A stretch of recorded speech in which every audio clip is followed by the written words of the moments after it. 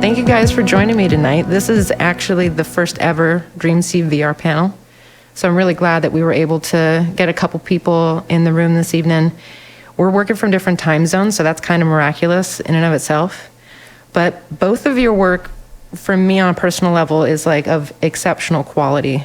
And I find it really fascinating, just the trajectory of growth in both of your careers and the topics and themes that you weave into your work. So I'm really inspired to get us together for this conversation tonight.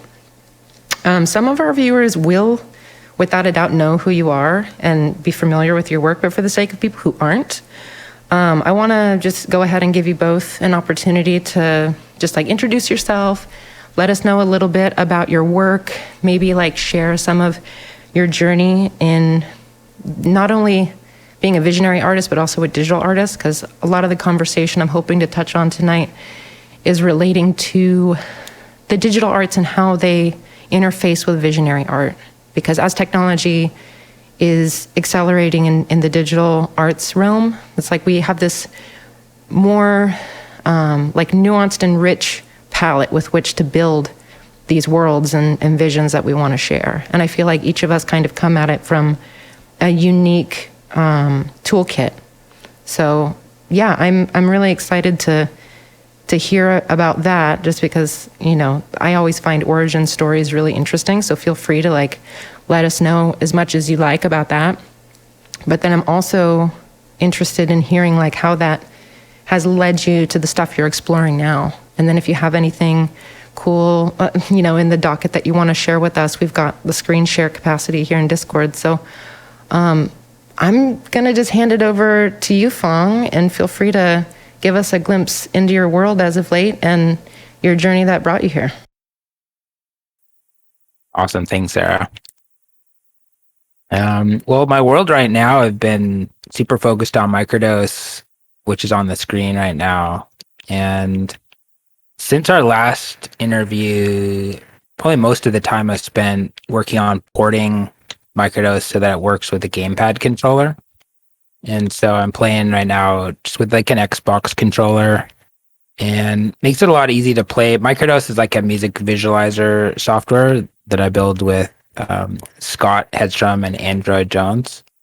They're my partners in the project. And yeah, we've just been trying to make it more accessible. You know, PC VR hasn't exactly had the kind of figures necessary to build like a niche within a niche kind of software around it. And so we've been branching out into making it a lot more accessible. So it's so much of my mission recently has just been taking the software that we built over the past 6 years and making it really accessible for people just with a regular gaming PC. And recently I got it working on Shadow Tech, which is like a cloud computing thing. And so you can literally play it like remotely on like the cloud, basically, like from really? your iPad. Yeah. Wow, that's amazing. You could VJ on your iPad. Yeah, that does make it more considerably accessible for folks who don't have the, you know, the local firepower in their own machine to run it. Yeah. That's awesome. Yeah, exactly. So that's been kind of recent stuff. And I mean, I was thinking about this, how I got into this also, and looking back, your questions that you pose is like very nuanced. Like, I'll try to condense a long story. A journey of 1,000 steps. It is, right? And so I was thinking back, like, what was the first step? Like, where did it start? And I keep coming back to this one time, the first time I ate magic mushrooms when I was like 17 years old, must have been. And I just laughed and laughed for 4 hours. It was just laughing for 4 hours. The whole trip. I had my toque over my eyes and I was just in hysterical laughter nonstop. And I was just realizing that what was so funny was that everything that everyone told me was just their own personal conjecture, and none of it really, I didn't need to adhere to any of it. It's just what people thought they should tell me for their own convenience or for the convenience of the culture. So it may be. And it was just so hilarious that I actually believed what everyone told me, at school and society and your parents and the church and everything. I bought it all hook, line, and sinker until those mushrooms, and then I realized, oh my gosh, I've been totally fooled. And it was a cosmic joke, and the joke was on me, and it was very funny. And but after that, I knew, like, I need to get to another culture. I need to see another culture to validate my experience. And so within a few months, I ended up traveling to India when I was 19, and it just changed everything. And I went to this art school in India called Shantiniketan, and I really wanted to join. I really wanted to be an artist at that point. I was doing a lot of graphic design and programming, websites and stuff, but I really felt the call to the arts. And so when I got back, I applied to go to the university in India, but they wouldn't accept me because I didn't speak Hindi and other obvious reasons. I was like thousands of miles away. But that's when I knew, like, I gotta be into arts. And so I started just becoming an artist and realized that my best way of serving was to be of service to other artists, because there's already so many great artists that existed. So I needed to find a way to, like, how could I enhance the reach of existing artists? And that became my mission. I just got to say, that's amazing. So many artists are really, and not to take away from the artists who are very focused on their own vision and their own mission, but it strikes me as fairly rare that an artist is able to, like, tune in and listen to their mission and realize that it involves giving so much of their own effort to helping other artists and lifting them up, and, like you said, like, spreading their reach. So I just want to, like, highlight that. That's amazing. It's really good to hear, because it shows in your portfolio. And I've followed your work for a really long time, probably since I was 19. I'm a few years younger than you are, but that's been evident since as long as I've seen your work. And so I think that's really cool. Thanks for helping artists, Phong. I always appreciate the reflection. Like, I think, oh, should I have created my own art or served others? And I feel so grateful for being surrounded by so many amazing artists, and that's informed my own creative process so much. And I realized that how much I've learned from the lifestyle of artists to, like, just the creation process. And it's been pretty much the highest path that I could pursue in this life at this point. Yeah, it's cool to hear how interwoven they are, that even from the beginning of your process, that a lot of it's been digital, just not necessarily out of just, like, the era that we live in, but also that it happens to be a medium that's constantly transforming and spreading the reach of art and the possibilities of it, which is really that's why I made the transition, to be quite honest. I come from a traditional art background, and I've been pushing paint for years and sculpting clay and making costumes and lots of different mediums. And I realized, like, that the last frontier for my work that would sort of interweave them all was digital art. And I've only been doing that for maybe since 2018 or so. So that's only 4 years at this point, but it's completely transformed my life and the way I make art, especially in VR. It took all of the mediums that I used before, and it gave me a new place to apply all of those skills. So I feel like I understand what you say when you describe how looking at how other artists embody their work, but also, like, their lifestyle and the things they explore, like they become like a patchwork collage of things that inspire us to try new modalities and, just, like, kind of hybridize things. Yeah, and speaking of this hybridization or the interweaving of arts, where I see it, going from the past to the present, or rather it was present than the past, to the future. I do see that the horizon right now, the point of biggest growth is in storytelling, and the AI art is just very conductive to that. I know we'll get into more detail. Yeah, and storytelling, I think, is really the most profound form of art that I'm interested in developing in the future, because I finally realized, like, I've been having stories come to me and writing stories and writing scripts, and since about 2007, it's been just an ongoing obsession of mine, doing story writing. And I always thought it was some kind of strange mutation or something that was happening to me. It was like an exception handler for it. I was like, why do I have such a constant obsession with storytelling?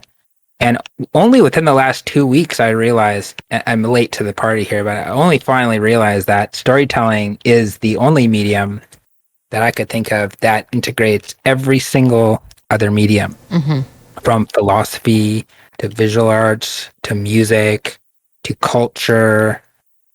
Tolkien invented his own languages, like the Elvish runes and everything, inside of the story world. And really, I see it's like it's the ultimate form of art, where you can use every other form of art to serve it and create a meta system. It's fully immersive. I'm really excited about the way I'm seeing people use and utilize Microdose to create their own kinds of like flows and visions, and because there's so many different infinite brushes, but there's like a lot of like subconscious like a palette, of just like feeling and emotion that you trigger with the different colors and shapes and stuff. And just looking at different artists and the kinds of tastes and vibes that they curate with it when they do VJ work has been really interesting, and how people are developing different styles. And it's just, I'm really excited to see how that branches out into kind of narrative structures in the future. I have a huge personal interest in projection mapping and performance, as well as, psychedelic visualizers like this, to kind of take what feels like a slightly depersonalized, abstract psychedelic visual, and then like reintegrate sort of like, a human body, but that just becomes a mirror neuron sort of interface for people. Yeah, they're like, someone's in there, someone's in that world. And that's where my mind goes. I'm excited to see this sort of fold back into the kind of stuff that Andrew was doing with Phaedra, Yeah, Andrew calls it, yeah, exactly. Stylus mode we're coming with later this year, which would let you do that kind of work with your tablet. Oh yeah, stylus mode. Like I've already mostly days. developed it. Yep, good old days are coming back. That's good to hear. It's funny you said narrative, because Andrew calls Microdose, the format, he calls it narrative VJing.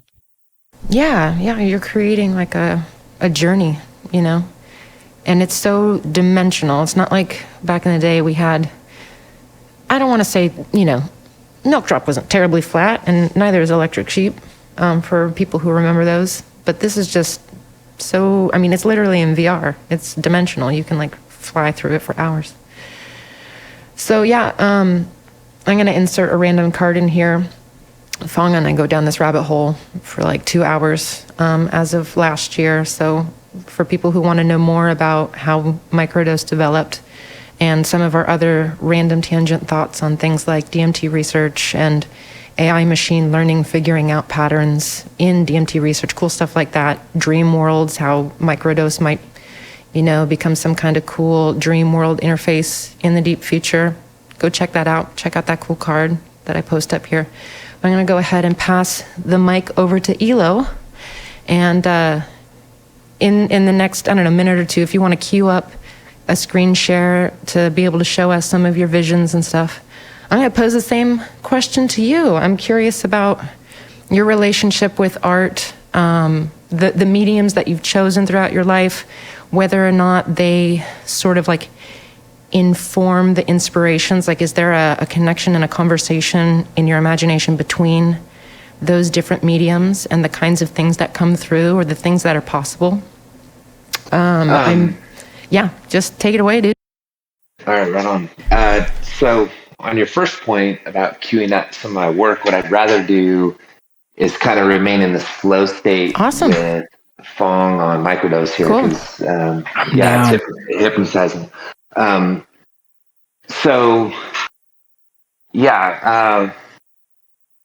Similarly, I think my interest started with mushrooms for sure.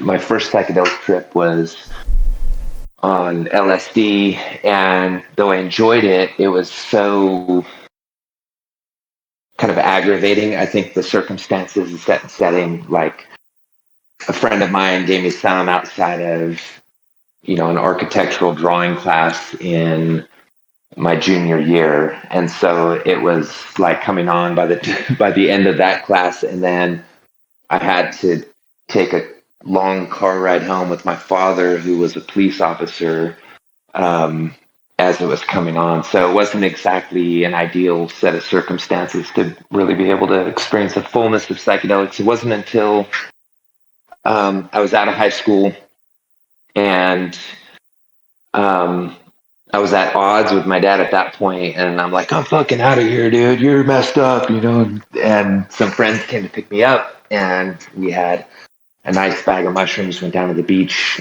and, I got to experience that magic. There were so many unbelievable synchronicities, and,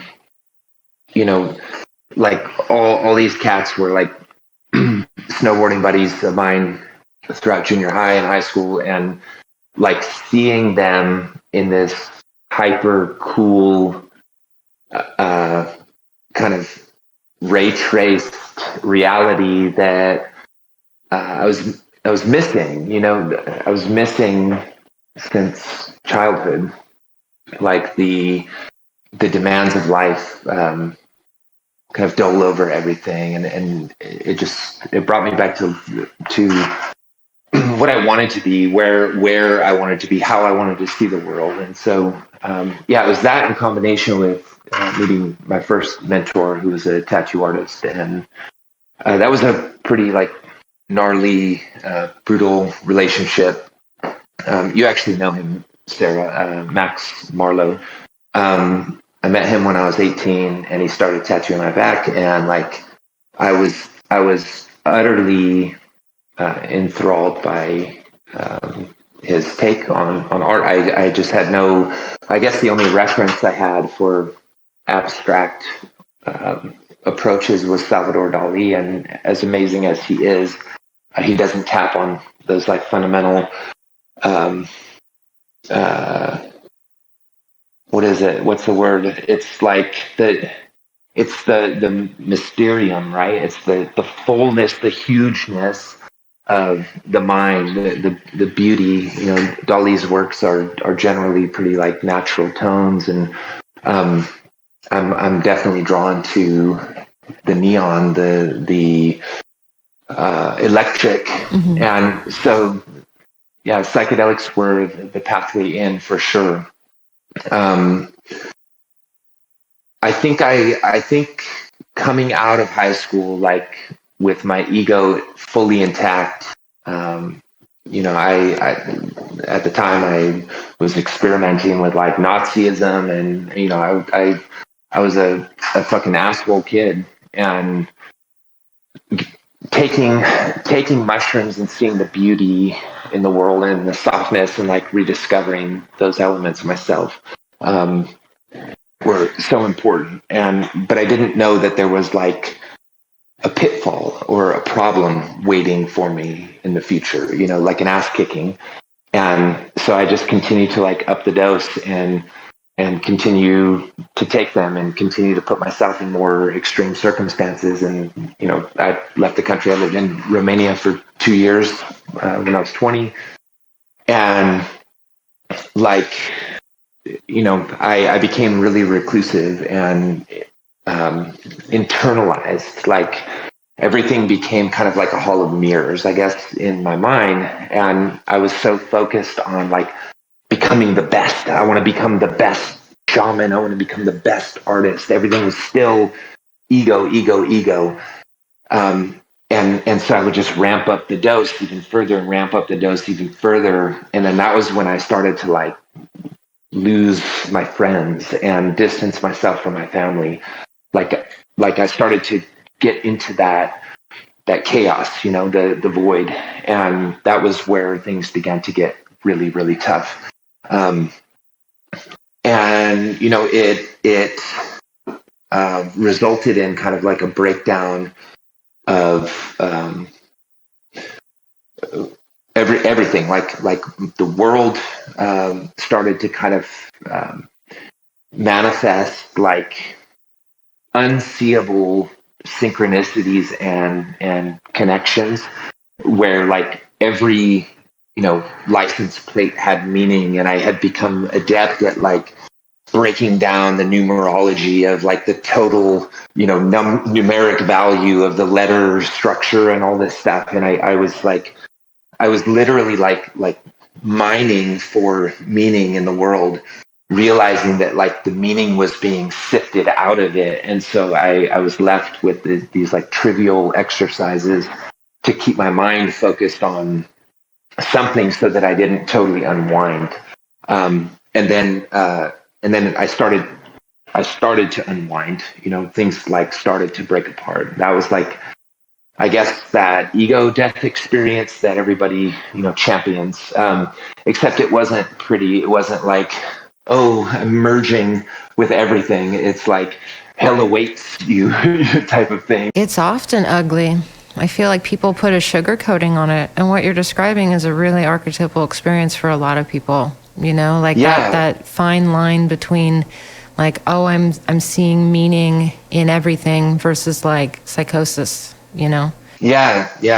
I mean, at one point, this was probably like a 7-year process down that hole. So it was grating and grinding and fucking brutal. And I'm hearing booming voices in the sky, and like I'll be walking through a strip mall and have like this paralyzing vision of being strangled by a python or something, or frozen in ice. I mean, and like the worlds began to merge. That veil was so thin that like it wasn't like I was seeing magic in the world. It was like demons were kind of haunting me, So anyway, that is all heavy, but that is kind of it's real. Integral to it's integral to the process of, I think, self-realization, and ultimately the meaning or the purpose of being an artist, and specifically a visionary artist, and how that ties into what Phong was saying about your narrative, right? Like not just your narrative, but the narrative.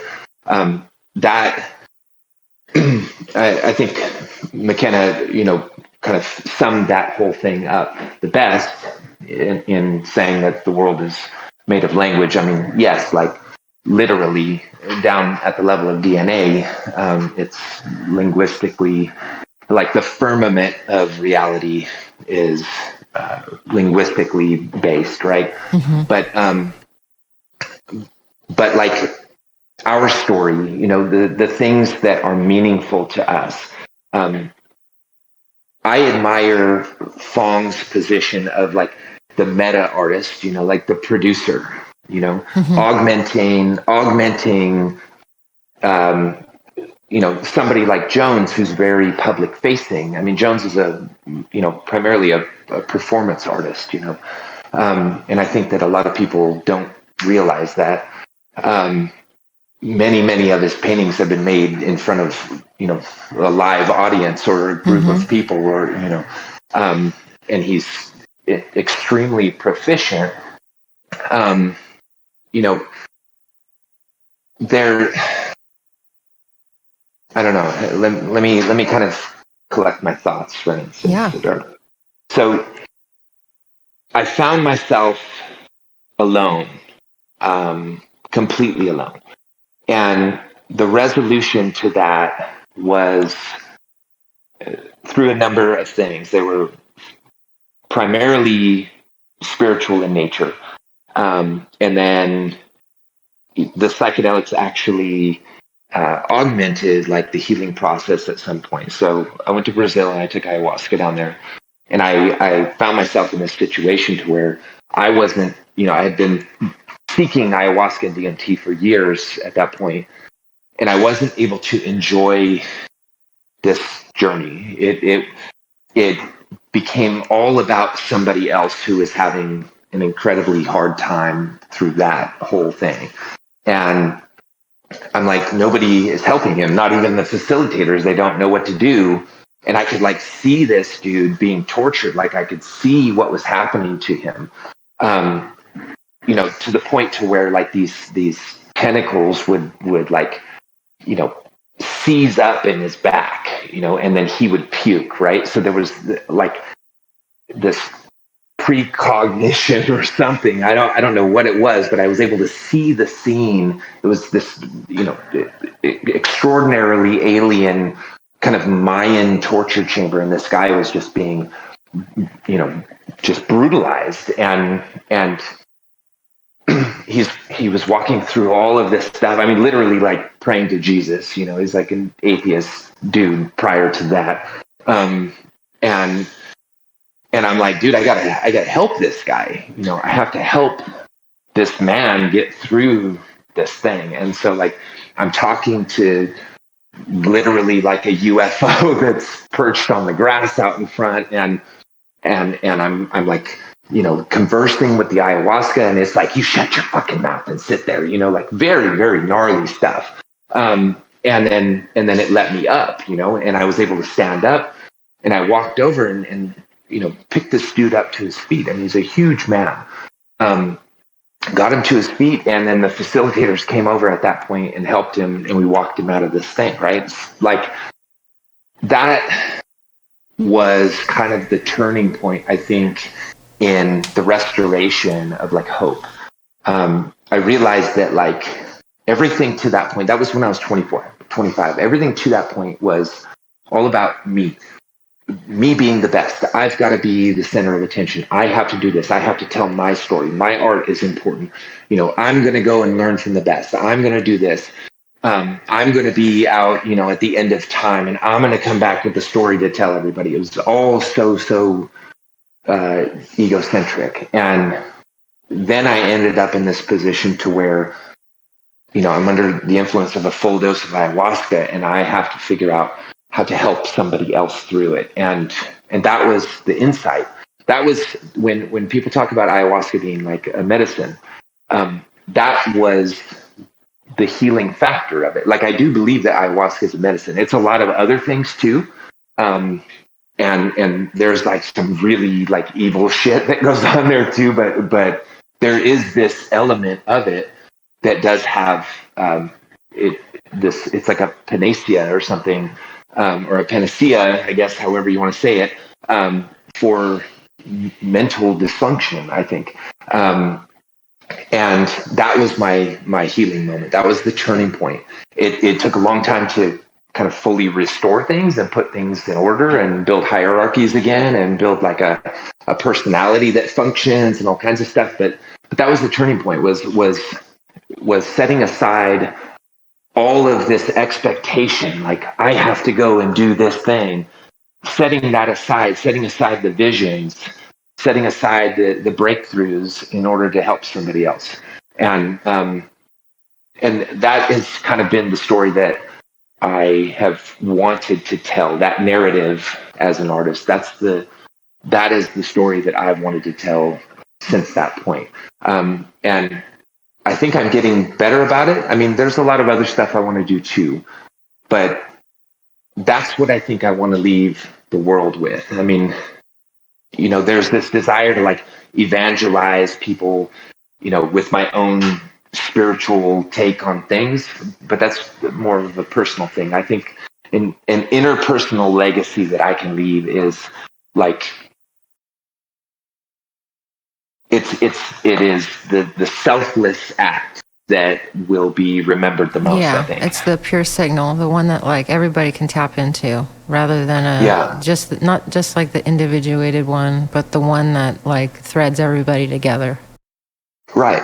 And so that's the challenge, right? Is how does one take a very selfish skill set, that being all of the hundreds and hundreds of hours we spend with ourselves and our techniques. Yes. How does one take that and apply it to something that is interpersonal or transpersonal or whatever it is, right? So that I think I could probably talk on that for like 3 days.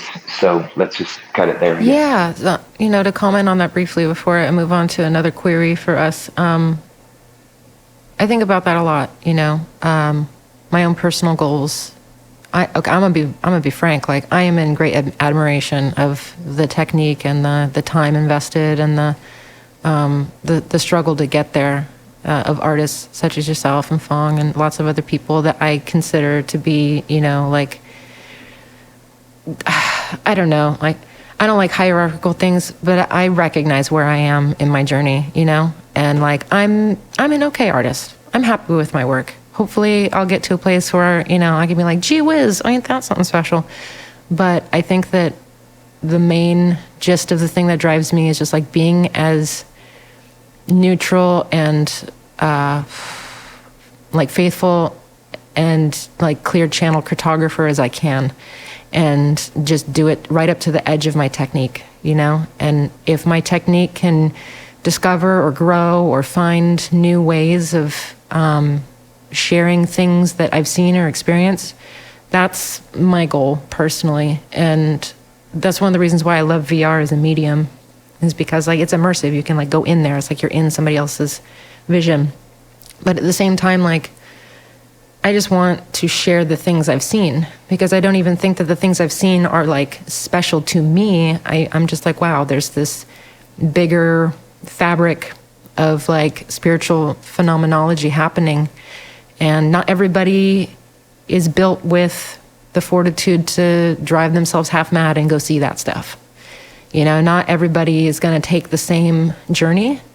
And so I think that's what's so beautiful and valuable about all of us, like finding ways to articulate the things that we see, because then we can see the overlaps of those visionary experiences.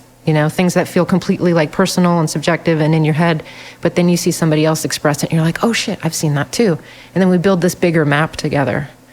And so I think it's really important that like we bring different branches of all these different archetypal experiences to that bigger fabric, Like, I can't tell you how many people, not that I'm a trip collector, but I kind of am. I love people's stories about their experiences like that.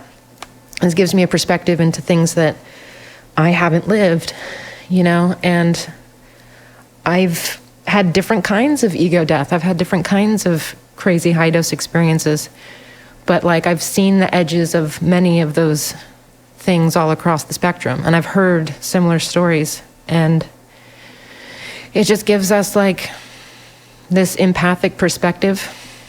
Not that like, I'm an empathy merchant or whatever, but I think that being able to like tap into understanding another person is the way we get outside of ourselves, and for me, like, cosmic stuff is really comforting for me, because in a way it shows me how small my problems are, and it reminds me of how beautiful the universe is, even through the really difficult experiences. It's like my life's not really been a cakewalk. It hasn't been as challenging as other people, obviously. Like, we live a broad gamut of experience. But just being able to know that other people see the wild ass shit I've seen is really comforting. Because when I'm out there and I'm like, fuck, there's no way I'll ever be able to paint this properly. Or like, there's no digital brush that gets close. And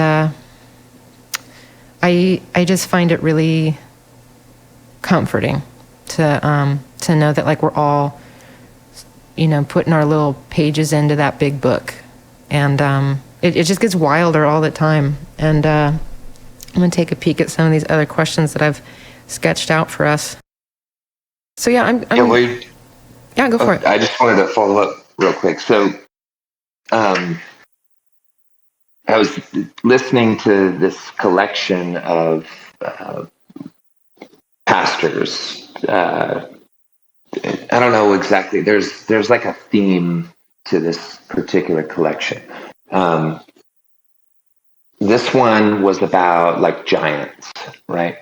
And how in the Bible, giants, they, regardless of their reality or unreality or whatever, they symbolize, like, for the common man, engaging with these stories. The giant symbolizes your thing that you can't overcome by yourself, right? And so, obviously the most famous of those stories is David and Goliath, right? And I'm heavily invested in blockchain, cryptocurrency, and the success of that.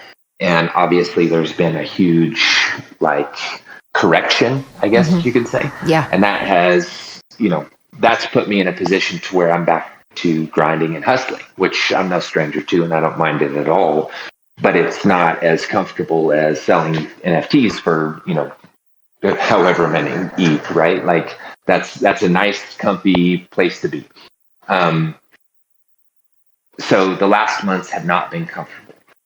And, I have a number of children, maybe too many children, and a family to support. And, my wife stays home with my two little ones. And it's like, there are no safety rails, it's just like the storm, and I have to, like, navigate the ship through it. And it's intimidating and overwhelming at points. And so anyway, this idea of the giant being something insurmountable or seemingly impossible to overcome.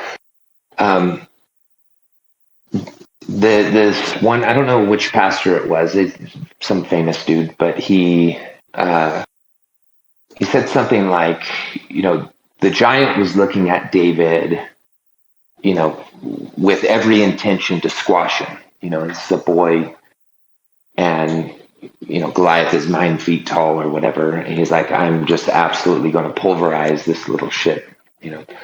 And the difference between the giant and David is that David was not looking at the giant and sizing him up in comparison to his size. He was sizing the giant up in comparison to the creator of the universe, right? In comparison to God.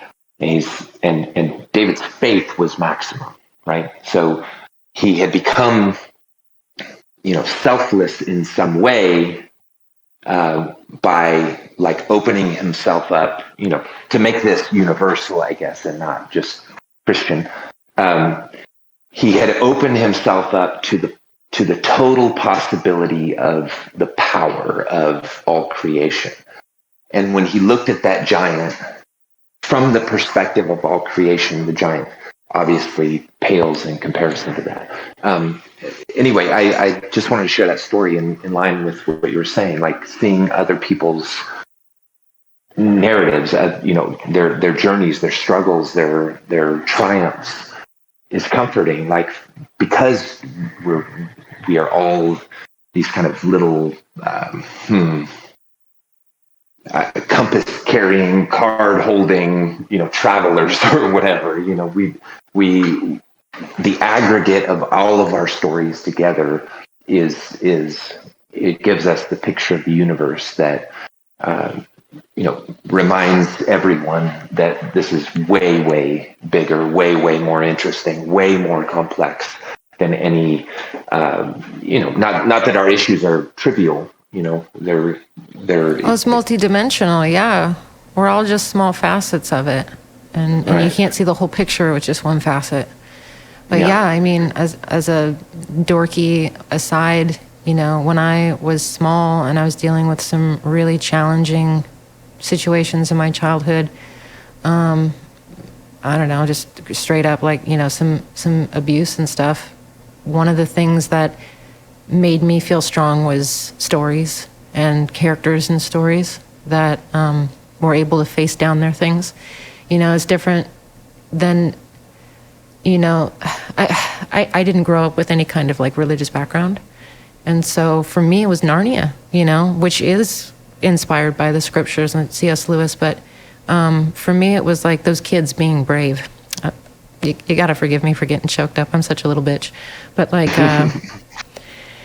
for me, this, you know, I was 8. There's not really any psychedelia in my life yet, obviously, but the wood between the worlds and these kids like puddle jumping through different universes was not escapism for me. It was like the thing that gave me the bravery to be present with circumstances that were crushing. You know, they were so much bigger than my capacity to handle that I had to offload some of the pressure to other characters and narratives who were facing things that seemed a lot bigger. And you know, then when I was older, this is gonna sound dorky, it was Sailor Moon. It was a bunch of little girls who were reincarnated princesses of the planetary spheres using elemental cosmic energy to banish demons. You know, like people think it's just like girls in short skirts running around using magic powers, but it's a lot deeper on a mythological level. And it hit me right at the age where, like, in the absence of something like a religious framework or a scripture, that was what gave me, you know, that kind of hope that I could take on a mantle like that for myself. And ironically, like later in life, I found myself doing a lot of ritual-based performance art, sort of like LARPing cosmic exploration and stuff. A lot of it visionary inspired. But then there was this moment where I was running through, practicing with some animations that I had created for projection performance art. And I had to stop, and I just broke down and sobbed because I looked at the visuals that I had made, looked at the costumes I had made. Granted, it wasn't like little short anime skirts or whatever, but I was like, holy shit, like, when I was a little girl, I wanted to be Sailor Moon, like, so damn bad. It borderlined psychosis. I was like, I'm Sailor Moon, you know, like, this happens to children, especially ones in really challenging situations. But I was like, gosh, it's probably like 25, 26, something like that. I'm working on this project. It's taken me years to get to that point with the art, the animation, and just everything, you know, like from a tech perspective and a dance perspective and stuff. And I turned around and looked at everything I had done for the past 6 years at that point, and I was like, holy shit, I did become Sailor Moon. Amazing. And it was like so much more textured and rich and deep and meaningful because it snuck up on me. And, you know, it was a gift. Like, if I had been conscious of it, I would have felt contrived. But because it was so sincere and it snuck up on me, it was just a gift. And I felt like so grateful that, like, even though this thing looked like silly or a toy or for fun, that it like gave me this like sense of not only like comfort that my work really like touched my heart and felt fulfilling, but that like from an objective perspective that it was like harmonically resonant with the kind of stuff that inspired me, and that it was speaking in a language that I knew other people would understand. And when I began to showcase that work, I got a lot of that sort of like resonance back from other people who were like, holy shit, that hit a spot in their spirit. And they, you know, they told me, they're like, oh, I get that. Thank you for making that. So cheesy, I'm sorry. My voice cracks when I try to hold it. That's so on point with my thoughts. Like, Eloh, when you were saying earlier, how do you take your art that you're so proud of and your techniques and the beauty that you create and apply it to something that's transpersonal? my thought to that was mythology, and storytelling is really the way to affect mythology, the way to program mythology. And this Sailor Moon, it's like it affected this mythological layer using art. You know, the artists, whoever painted that Japanese moon, it's like a lot of frames of art and a lot of sound wave bites, but altogether it created something, you know, greater than the sum, which was this mythological framework that you were actually operating subconsciously on for your whole life. And then you realize that you had to like actually become that. Oh yeah, it's encoded like on a really deep level. The encoding, yeah, that's the mythological layer. And I think that is what the gift is of storytelling and the gift of artists, is where you can affect this larger field. And, you know, mythology is what has allowed culture to thrive and grow. It's what lets you trust someone who you really don't know at all, because they believe in the same mythologies, whether it be icons or celebrities or the concept of the same type of money that you both believe in.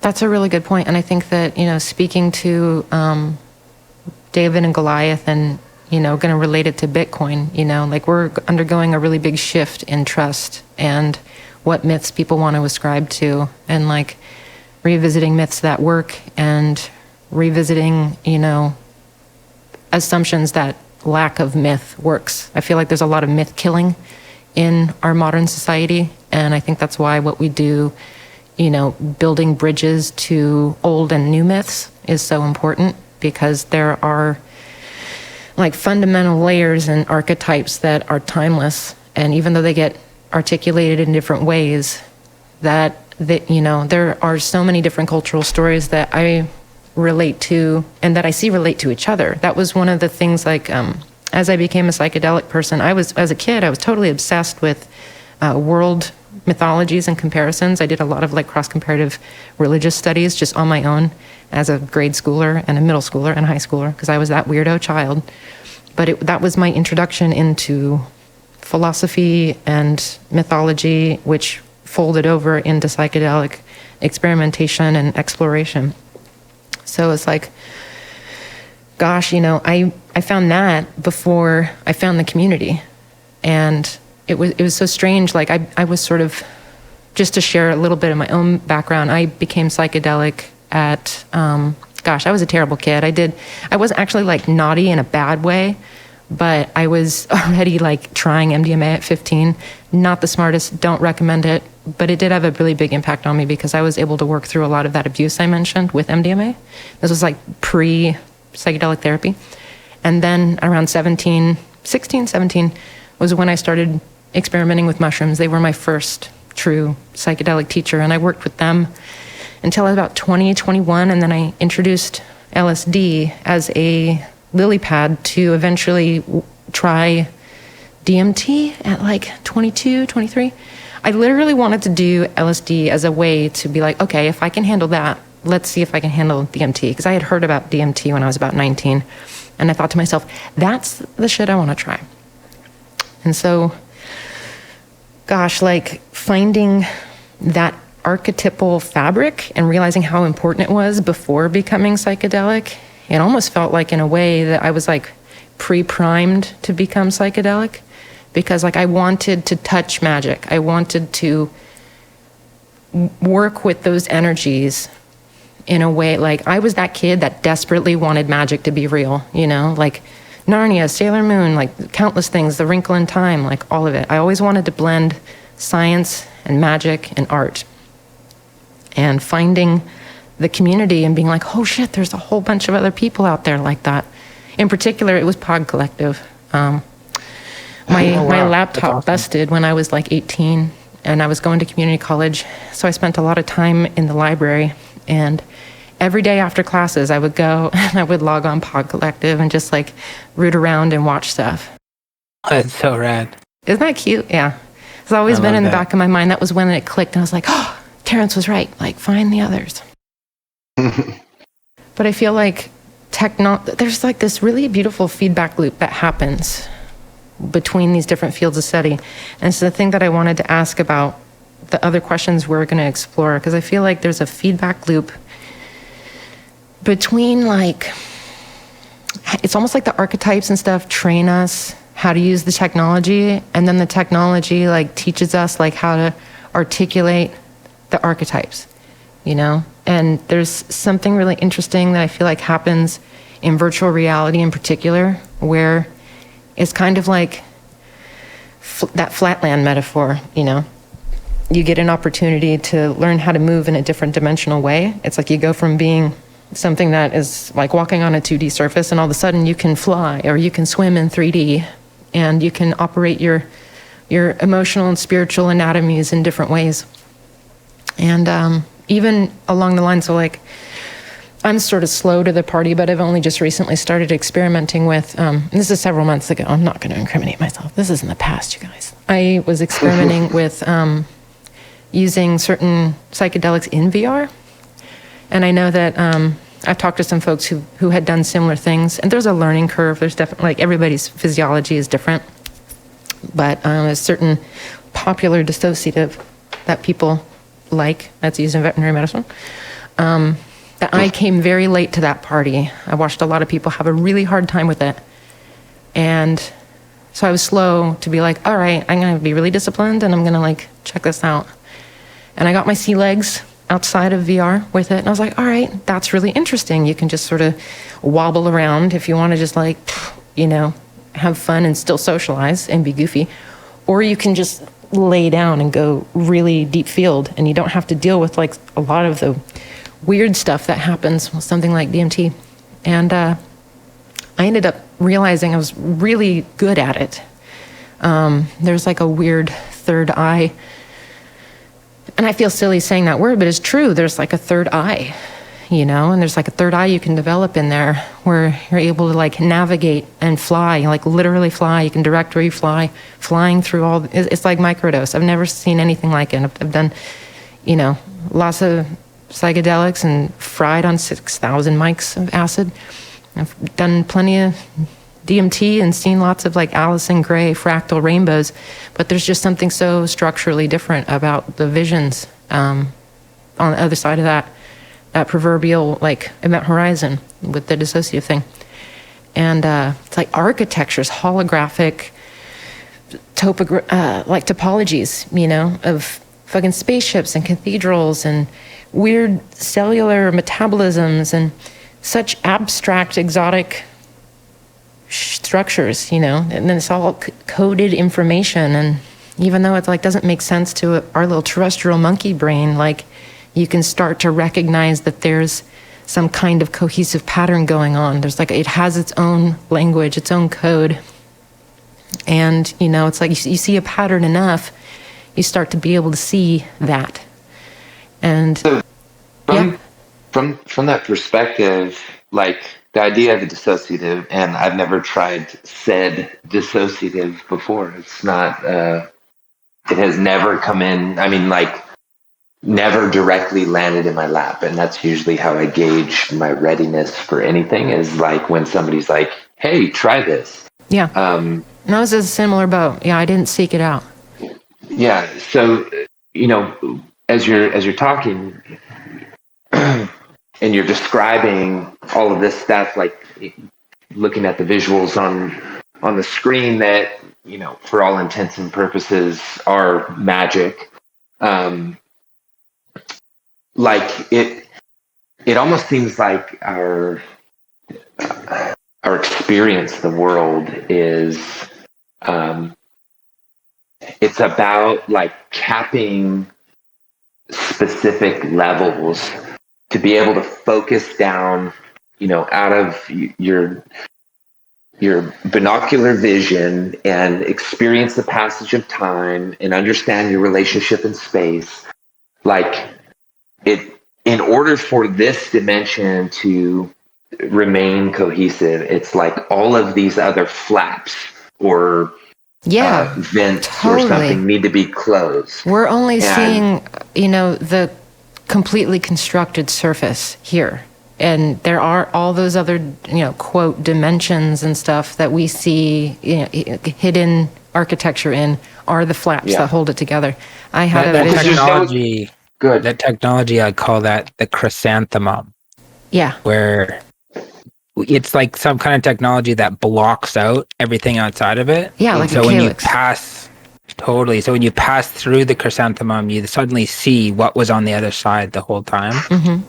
It's pretty amazing technology because that's the basis, I believe, of subjective experience. Is you need to like block out everything that's happening everywhere in the universe, so you can just be fooled for long enough that you think Right. you're just this Yeah. one person. That reminds So me of something- something that Aldous Huxley described when he would talk about language being a sieve for reality. So something like a dissociative, like, I mean, let's just say ketamine, something like that. Mm-hmm. It doesn't make any sense, I guess, rationally from a perspective like if you set ketamine up against something like mushrooms that has thousands and thousands and thousands of years of use, and it very much seems like whatever the mushroom actually is, when it comes in contact with a human brain and gut, that's when the party starts. Like the mushroom feels like it is something ancient, something conscious, and something It's a being. that exists. Exactly, it exists on a level, and it has occupied and lives on a certain Yes. level. Yes. Ketamine Doesn't. being a rather new, invention. There's no reason that it should be showing you, topography and architectural vectors and shit, right? Like Yeah. that doesn't really make much sense. Like, why would that thing exist inside of this substance, Yes. right? So the term dissociative, I think, lends a clue to like this idea of the chrysanthemum or opening up these vents, Yeah. right? Like, Yeah. like it's literally just like allowing airflow from places within the future. Essentially, that's where the stuff is coming from, or outside of time. At Yeah. the very Some kind of least. outside other threshold of dimensionality Yeah. and shit. Yeah. Anyway, an interesting concept. LSD is like, I talked to Torquem G. I don't know if you're familiar with him. He's gosh, he works on, was it visual realities with Mike? Oh man, I don't know. That was where I first met Zach. Was at VRLA in 2017. Anyway, Torquem was telling me about this LSD experience he had at one point, and he mentioned like how each of these substances are imprinted with their use cases, their utility, like the types of people that use them. Yeah. So LSD has this one element of like revolution and Yeah. bending time and space and inspiring art, and then it has the MK Ultra. I was about to aspect say it. that. Totally does. Yeah. Like I love LSD, especially for microdosing. And it's like going like Consent 5 days matters. straight on that, dude. I mean, you can crank out amazing works of art in Yeah. just condensed time periods. I love LSD, but when I take higher doses of it, I have to pray through like the first 2 hours of it, because everything is fucking, gnashing teeth, like bloody fangs, fucking, mutated abominations, just really like nasty stuff. Yeah. And Like I mean, passing through a shadow veil. yeah, you can kind of see it in some. God, I can't even remember the artist's name. Aaron, what's his name? Aaron Brooks. He's like an illustrator. He like takes huge dabs. He's famous for taking huge dabs and all this stuff. But he has this style that it's like kind of the what you think of when you think of like LSD type art, like the eyeballs. There's like rows of eyeballs and stuff. And like a mouth that's coming out of the eyeball. Just kind of goofy. This isn't a hot take on Aaron Brooks. I'm just saying like the Yeah, and that has so much in common with a lot of the art from that era that was inspired by LSD experiences, though. So, you know, it totally dovetails into that sort of like each substance has a frequency it operates on when it interacts with human minds. Yeah, the visions though are like hyper realistic. So I don't know. Have you ever had that phenomenon? Like maybe it's when you're coming down from a big trip or you're microdosing and you've kind of stacked over a few days.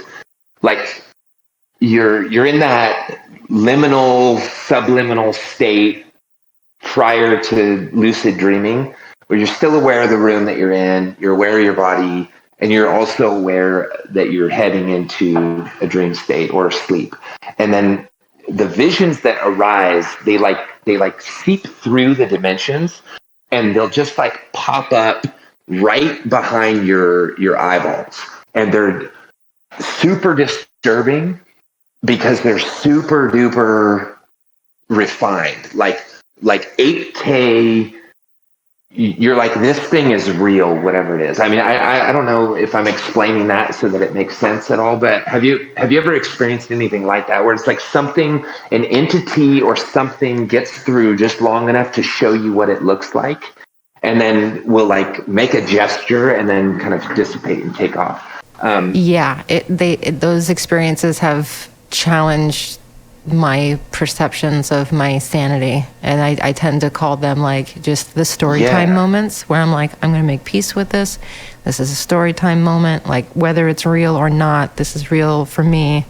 And so, you know, I just make peace with it. Like I've had so much entity contact that it's kind of bonkers. But what I find interesting is that I typically don't have those experiences with LSD or ketamine. They're both very blank slate. I don't want to say like disembodied, but it's just like cosmic consciousness. There's nothing anthropomorphized in even a like psychic sense. I have a surprise. Mark is around. He's asking to pop in and join us. I'm just going to preface, like, I'm so excited to get him in here. Like, he was one of the reasons why I wanted to reschedule to when we could get everybody in. So, like, it's super special for me. Like, April, no, was it April? No, it was March. March was wild for both him and I for different reasons. But, yeah, let's see if we can get him in here. And then while y'all get adjusted, I'm going to use the restroom really quick. Let's see. Do you know how I add someone into the group, Phong? Let's see. He added I just added him. Fantastic. Hello. Are you there, Mark? No, he can now join. Okay, he can call in. Cool. Well, I'm going to take this moment to go use the bathroom. I'll be right back. Dude, Phong, there are points that you're hitting in here. Like when she's talking or when I'm talking or when you're talking, it's, I mean, like magical synchronicity, very beautiful stuff, man. So I gotta be honest with you. I haven't dove into microdose. I spent a considerable amount of time, probably like 15 years ago, reverse engineering Andrew's work, like literally going frame by frame through his old Massive Black videos to figure out what programs he was using, and yeah, I paid a lot of attention, just like soaking it up. His work hit me in the same way that like Robert Venosa's work and H.R. Giger hit me, you know, and so like just like I did with those inspirations, those influences, like, you know, learn everything I can from them, and then I step away. So it's almost like I have been averse to stepping into microdose because I don't want to influence my vision any further. But this has been an absolute joy to watch here, man. It's spectacular, isn't it? Yeah, it really I heard is. rumors about it years and years ago. Like after the like beginning of some of the stylus-based stuff, and then Andrew sort of took a step back, and I could tell, I was like, he's dipped out, where is he? And I heard little rumors like, oh, and I think it was around the time I started getting interested in VR, but hadn't started working with it yet. I heard that he was developing a VR app, and I was like, oh shit, it's on now. So I was just like waiting anxiously, and then I'm gonna give myself dork cred here. I think I was like the first person to review the beta. You totally and were. Scott was like, Yeah. oh, look, someone reviewed it. And I was that kid. Oh, I was yeah. like, oh, I'm so excited. And my crappy webcam and my like totally barren, undecorated living room. I think I had just moved into this little spot. But I was like, it doesn't matter if the walls are bare. I'm in this world now. I totally It's remember funny. that. Yeah, Scott sent me that video. Like within the first day of the alpha release, you had posted a video, and we were just so stoked. Like it was such a serotonin release. Oh, I was waiting. Yeah, I was waiting. Yes, people saw it. It exists. It's It's in the so world. cute, yeah. There's a real confirmation. Yeah. I feel like I'm a connoisseur of other people's work. Like I get such a big, I get a big dopamine kick out of like watching other people slay. And I feel like even though like I'm an artist myself, I just love creating conversations about it, you know, because there's so many layers that hide below the work itself.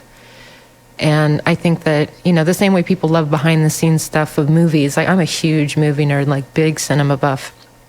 But for me, this is like super exciting because this is like our stories and you know, it's like beyond movies, like come to life, you know. We're at sort of the golden age of these mediums, the same way that people were in the golden age of cinema back in the 20s. So we get to create the language of VR immersive narratives. You know, the same way that German Expressionism in Hollywood created the visual language of movies. We're in an opportunity where we get to do that for these mediums in a genre that has no edges. You know, like the same way that before the modern psychedelic era, like people would look at things like Dali and be like, that's trippy, you know, or you look at like ancient Hindu and Tibetan art and you're like, that's trippy. We get to like fuse all of these different influences into something that is familiar but unique at the same time. Yeah, it's really interesting. One of my advisors works for a huge media company. He prefers not to be named, but it's one of the biggest media companies in the country. And you know, over the years, we became friends. And he's got a really fascinating way, based on their think tank and their big data analytics process of looking at media, because they're always trying to like keep ahead of the curve. And the way he describes it is there's this old legacy type of media that they call projection media, where it's just like a fixed pre-recorded, like a movie or a show, and it's always the same every time you watch it, it's the same. But the new medium that their trends show is the future and has been steadily growing is called reflective media, where reflective media, it's interactive, it responds, feels like you're part of it. It's showing you or a part of you in it or your interactions. And that's video games, that's social media. And from their trends, they're like, at this rate, everything will be reflective media in the future. Projective media is on a steady decline, and people want engagement. They want to feel like they're creating it, like they're getting a feedback loop. And that's why video games have really overtaken cinema over the last 15 years or so. And now it's way bigger. It's been interesting watching the conversation evolve on mediums like Twitter, where a lot of the VR folks are hashing out how to solve certain things and finding out what audience preferences are, you know, like giving an entire stadium of perspectives to watch something, you know, do they all pick the best seat? Do they all coexist in the same spot? And then just like perceive one another. Hey, Mark. Hi. Hey, it's so good to see you. Thank you for joining us. Yeah, brother Mark. Yeah, So we're good to see ya. like smack dab in the middle of talking about new mediums and like how we get to build out the language of VR and how it like transcends both, you know, like old school cinema, but even how it's like branching out from video game culture.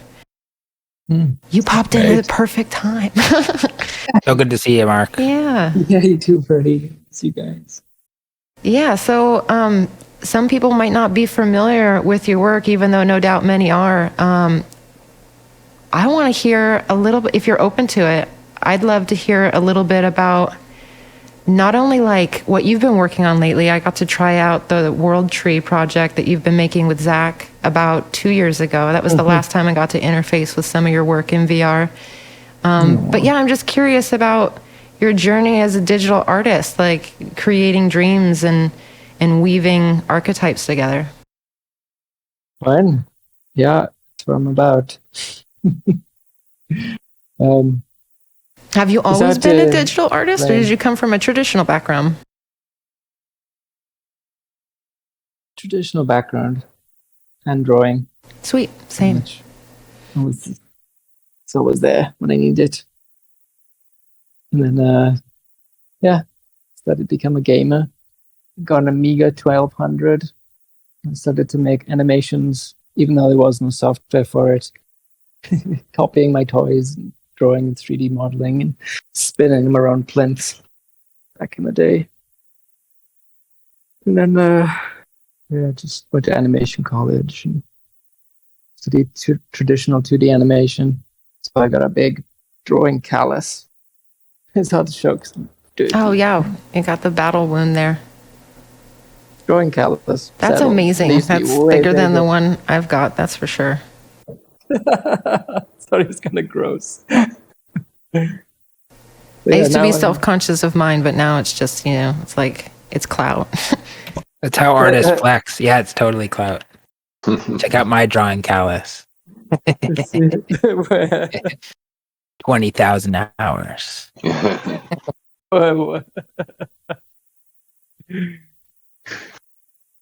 Yeah, one of the things that I've been really struck with by your work, Mark, is your ability to not only like world build, but also bring artifacts into the real world that look so fantastical. They look like cargo culted technologies from other realms. Thanks. Yeah, that's what I'm trying to do. This is my factory. Yeah, I'm gonna make this bigger. Let me go ahead and do that real quick. Oh, awesome. I wanna catch this. This is the stuff dreams are made of. Like, you guys are literally making a dream of mine come true right now. So thank you. Yeah, hopefully this technology could help a lot of people. In the island next to Bali, Lombok, they had a bunch of earthquakes. They killed a lot of people, and they had nothing to live in. So it kind of seeded potential of creating grassroots technologies to allow us to manifest houses without needing China.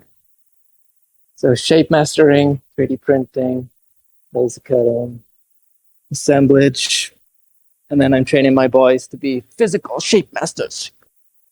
And they're doing great. I'm super proud of them. Float tank tech. Mark, Yeah. it's so surreal to see this because what you're showing me and the work you've been doing is one of my fantasies to imagine that I am doing that. Like, I think, I want to build structure like this, and I want to experiment with these kind of shapes, and I want to do this. And then when I look at your Instagram, you're like doing the kind of things that I was fantasizing about, and it's so vicarious to watch. Right? All the mirror neurons going off. Yeah. Yeah, well, we're fingers on the same hand. And Yeah. if you ever want to come here, there's some work to do. I'll take you up on that someday. Once I get some of these projects and boars slain in my little video game land over here, that would be really dreamy. Speaking of dreamy, I'm curious, can you tell us a little bit more about that sweet flotation tank thing you've got going on back there that's being fabricated? Yeah, sure. It's kind of everything is kind of a discussion with reality and how we can develop the processing of prototyping, as well as then the onboarding of PCB technology and plasma bulbs, transistors, all the light sound technology.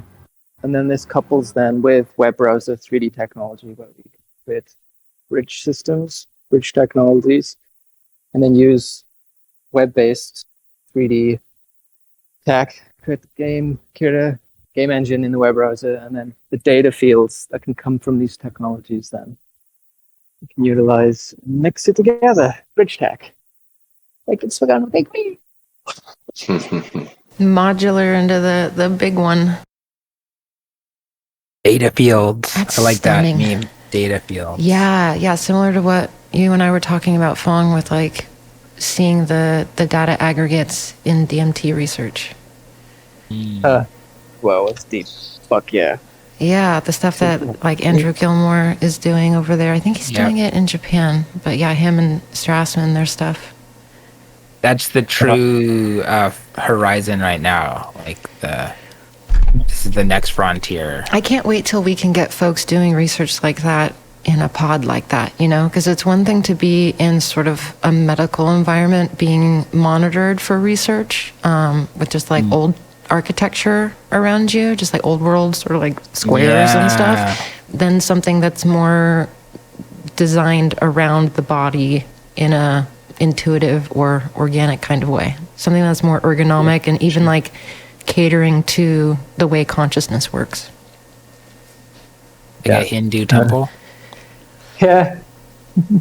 Like doing the trials in a Hindu temple. I'm curious if the visions would all be altered by that. It'd be cool if they like resonated, you know, they amplify the signal. I got an Indian client that was here the other week asking to do just that. On a Jainism style, and it's a giant lotus temple. He's building foundations for now. We can biowalk.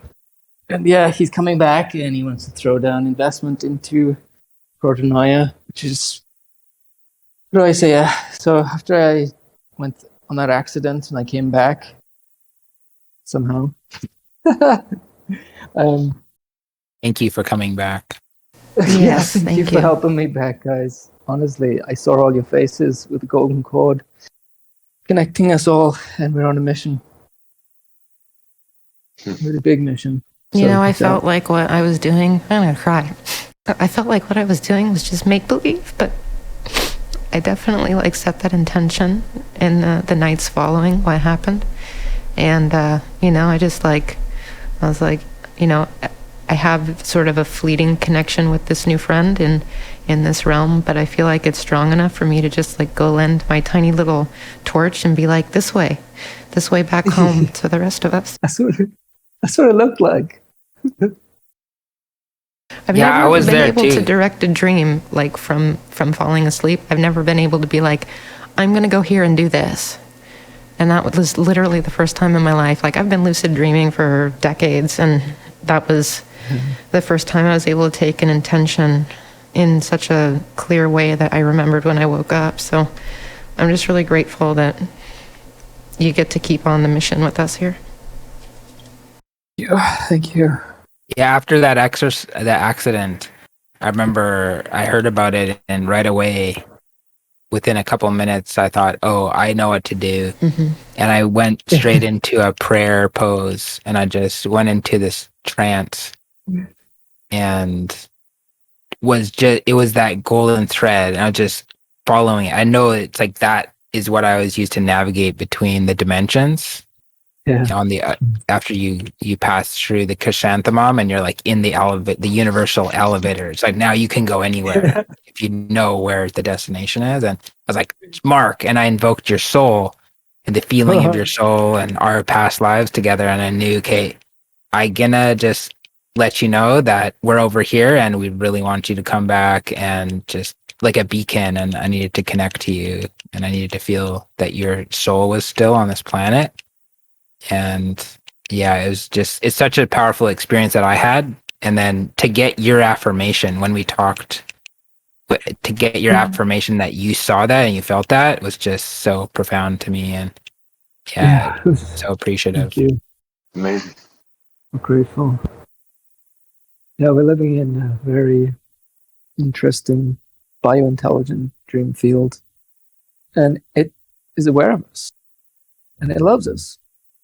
And it gives us superhero powers if we're aligned.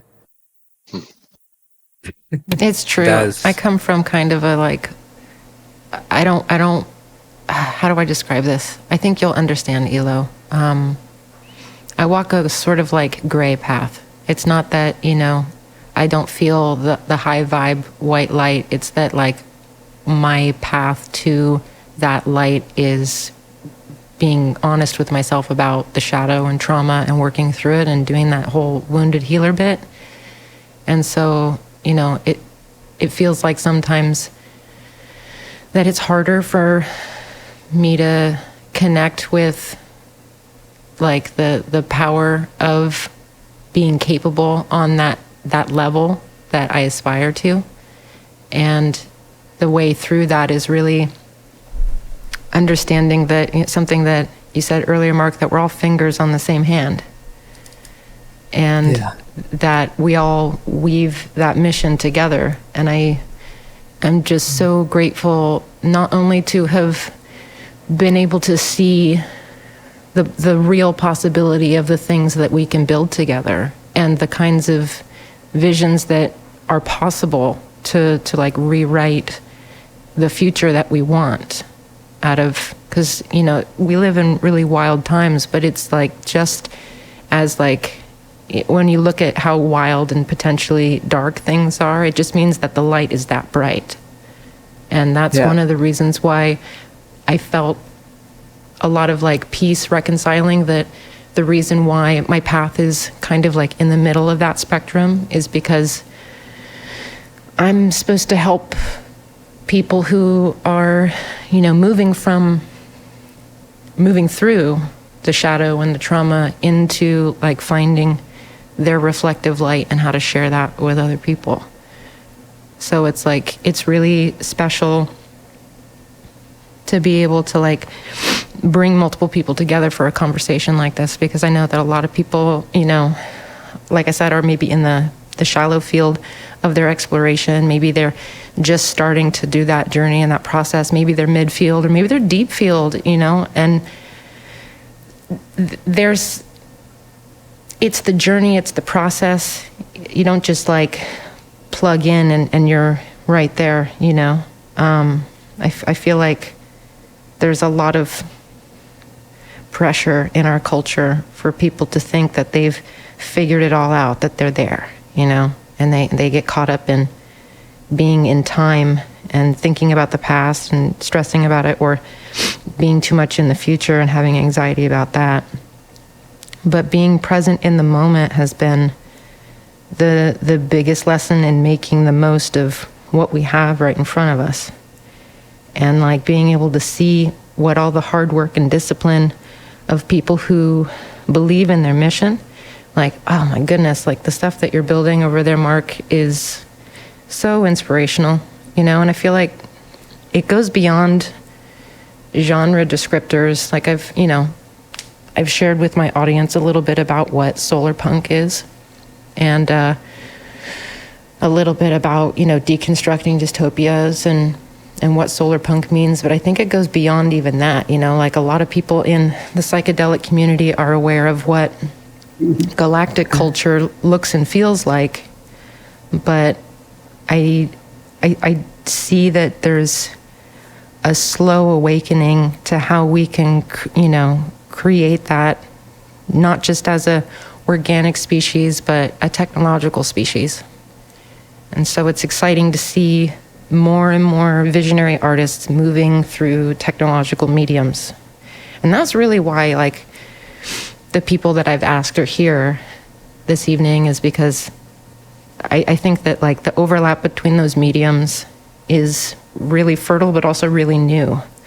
And the kinds of concepts that come out of, like, us sharing our inspirations or processes or patterns that we see, I think that is really cool to express, because I just want to, like, tickle other people's brains and get their gears going about it in their own work and their own communities. I'm curious.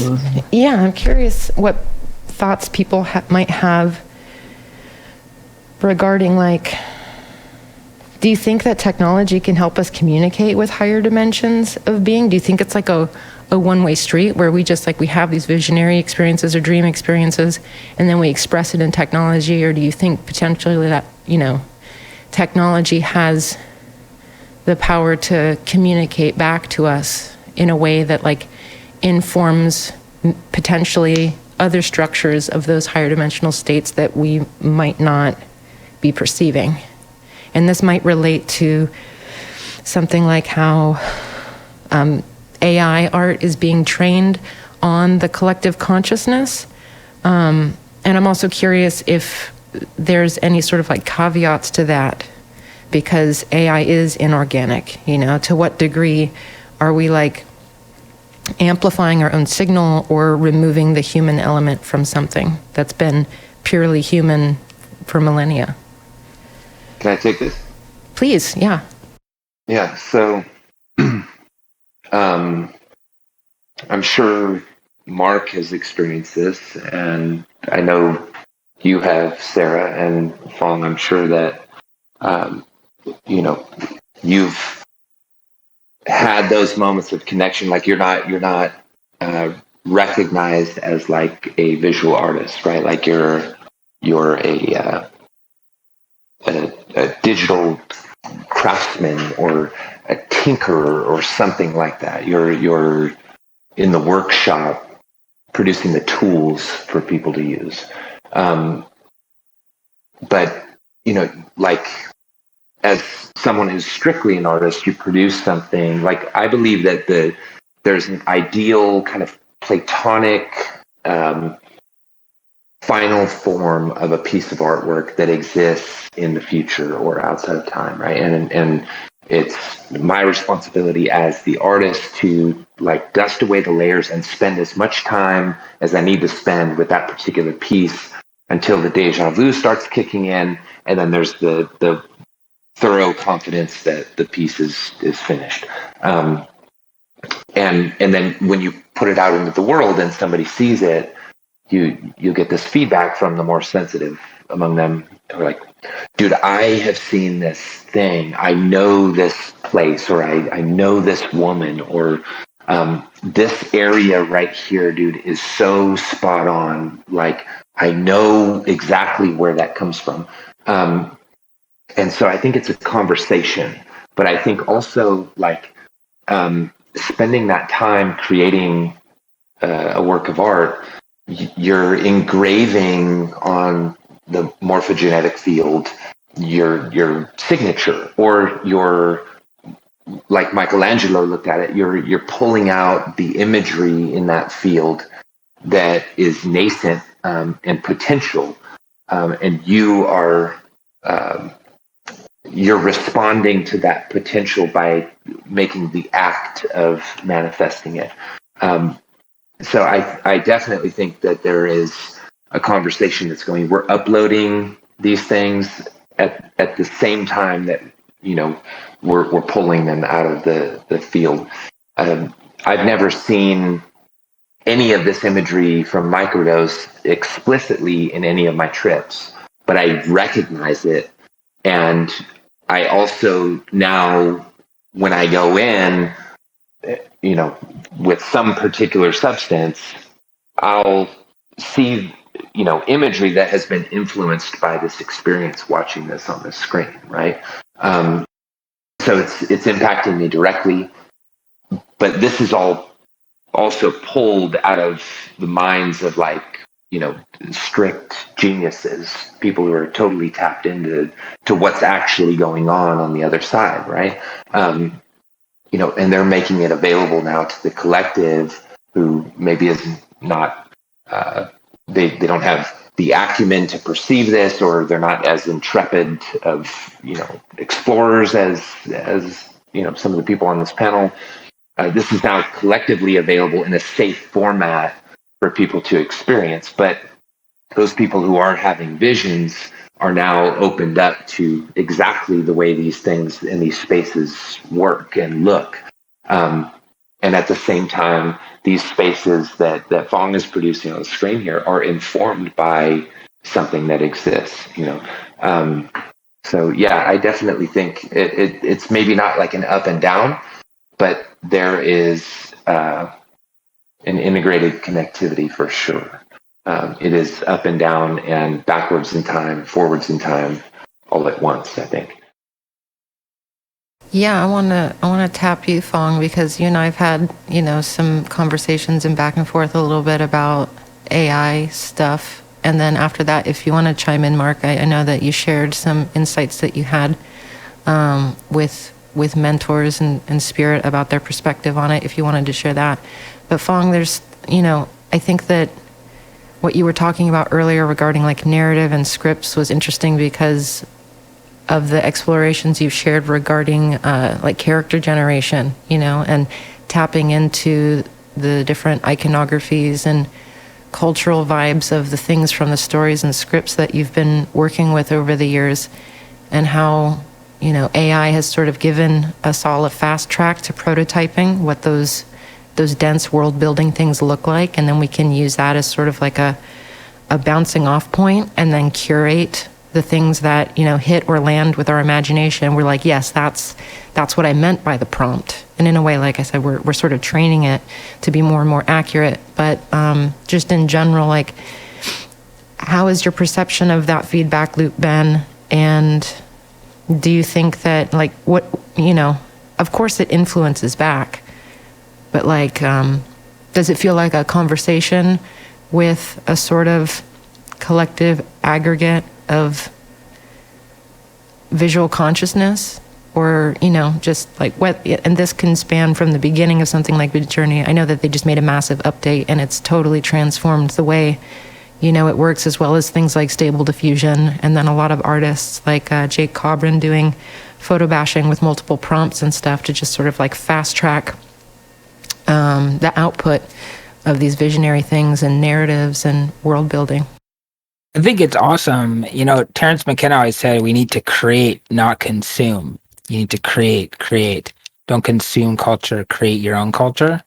And this, whatever's happening with the AI, it's a huge blow to people who have created culture and have kind of established themselves in some traditional way, which is challenging everyone in the equation.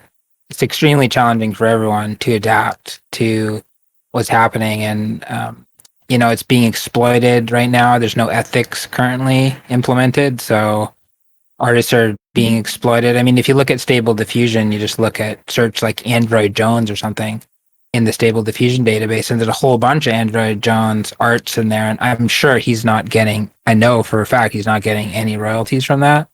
So you say like, make some art look like Android Jones painted it. And now it's like literally sampling his art and literally drawing sampling pieces off his art. And he's not, seeing a penny from that. So there's no ethics at this point. And I think for it to be like a cultural establishment, it needs to develop that.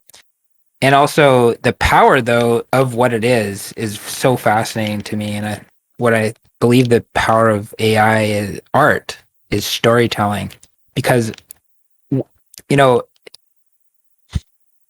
if we've objectified ourselves to such a point where I think I am my discipline, or I think I am my schooling, or I think I am the works that I've already created in the past, if I think that that's who I am, I'm going to be extremely challenged by this, because it's revealing how procedural our process really is. It's showing, oh, look, you have just got disciplined at these things, but look, if you've objectified yourself to that extent, the computer will beat you at your own game. If you reduce yourself to an objectified, I have this many followers, I have this many pieces of art, or I've studied this many, or I've done this many 100,000 hours of drawing, at an objective level, the computer will beat you, because it'll say, well, whatever you think you're great because you've objectified yourself, I'll beat you at that same metric.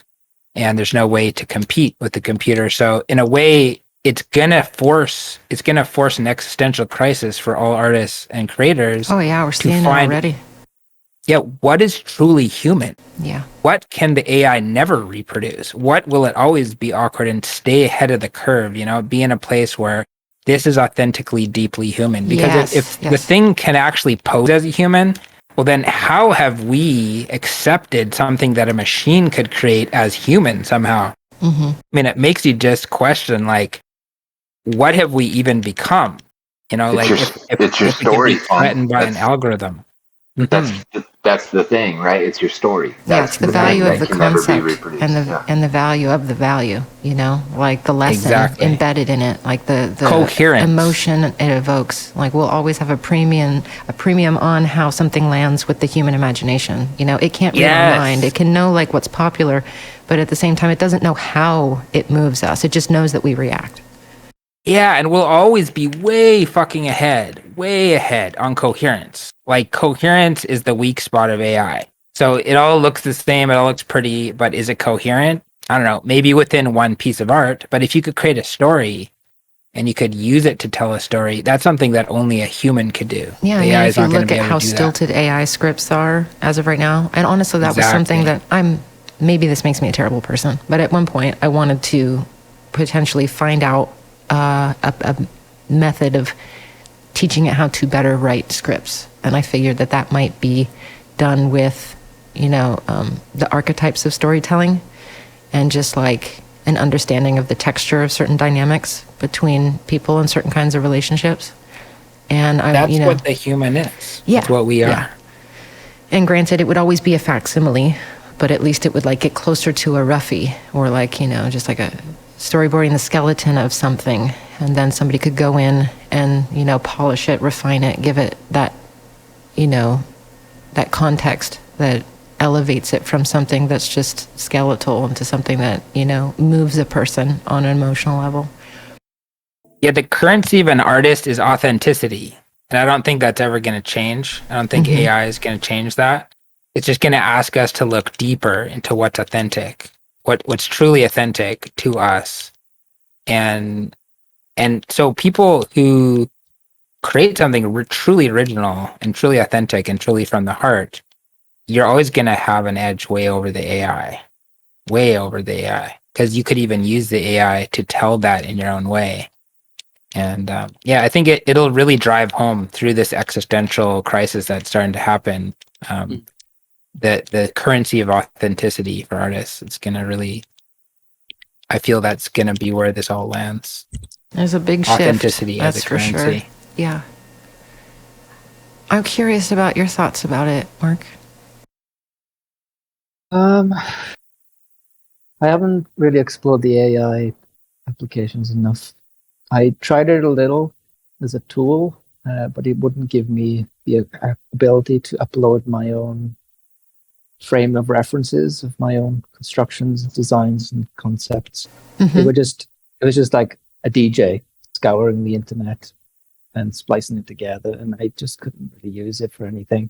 But I know it's getting better now, so I'm open to it. But So check out Dream Studio Beta. They have an image-to-image function with Stable Diffusion where you can upload your source image and then prompt it with a bunch of stuff, and it'll spit out, you know, variations. Some of them will be total garbage, but you might land on something pretty interesting. What was the URL? It's just called Dream Studio Beta, and then That's the best one. That's really the best one. I need to explore that more. So I have a cool announcement that I have not really made public yet. Oh man, I don't know if I should be nervous. I'm very excited. I don't think it's necessarily scary, but it's just like, holy shit, that I signed myself up for this. So I sent a contract off to what do they call it? Damn, I don't even remember. I'm like blanking, probably because I'm so excited. Inner Traditions Bear Company.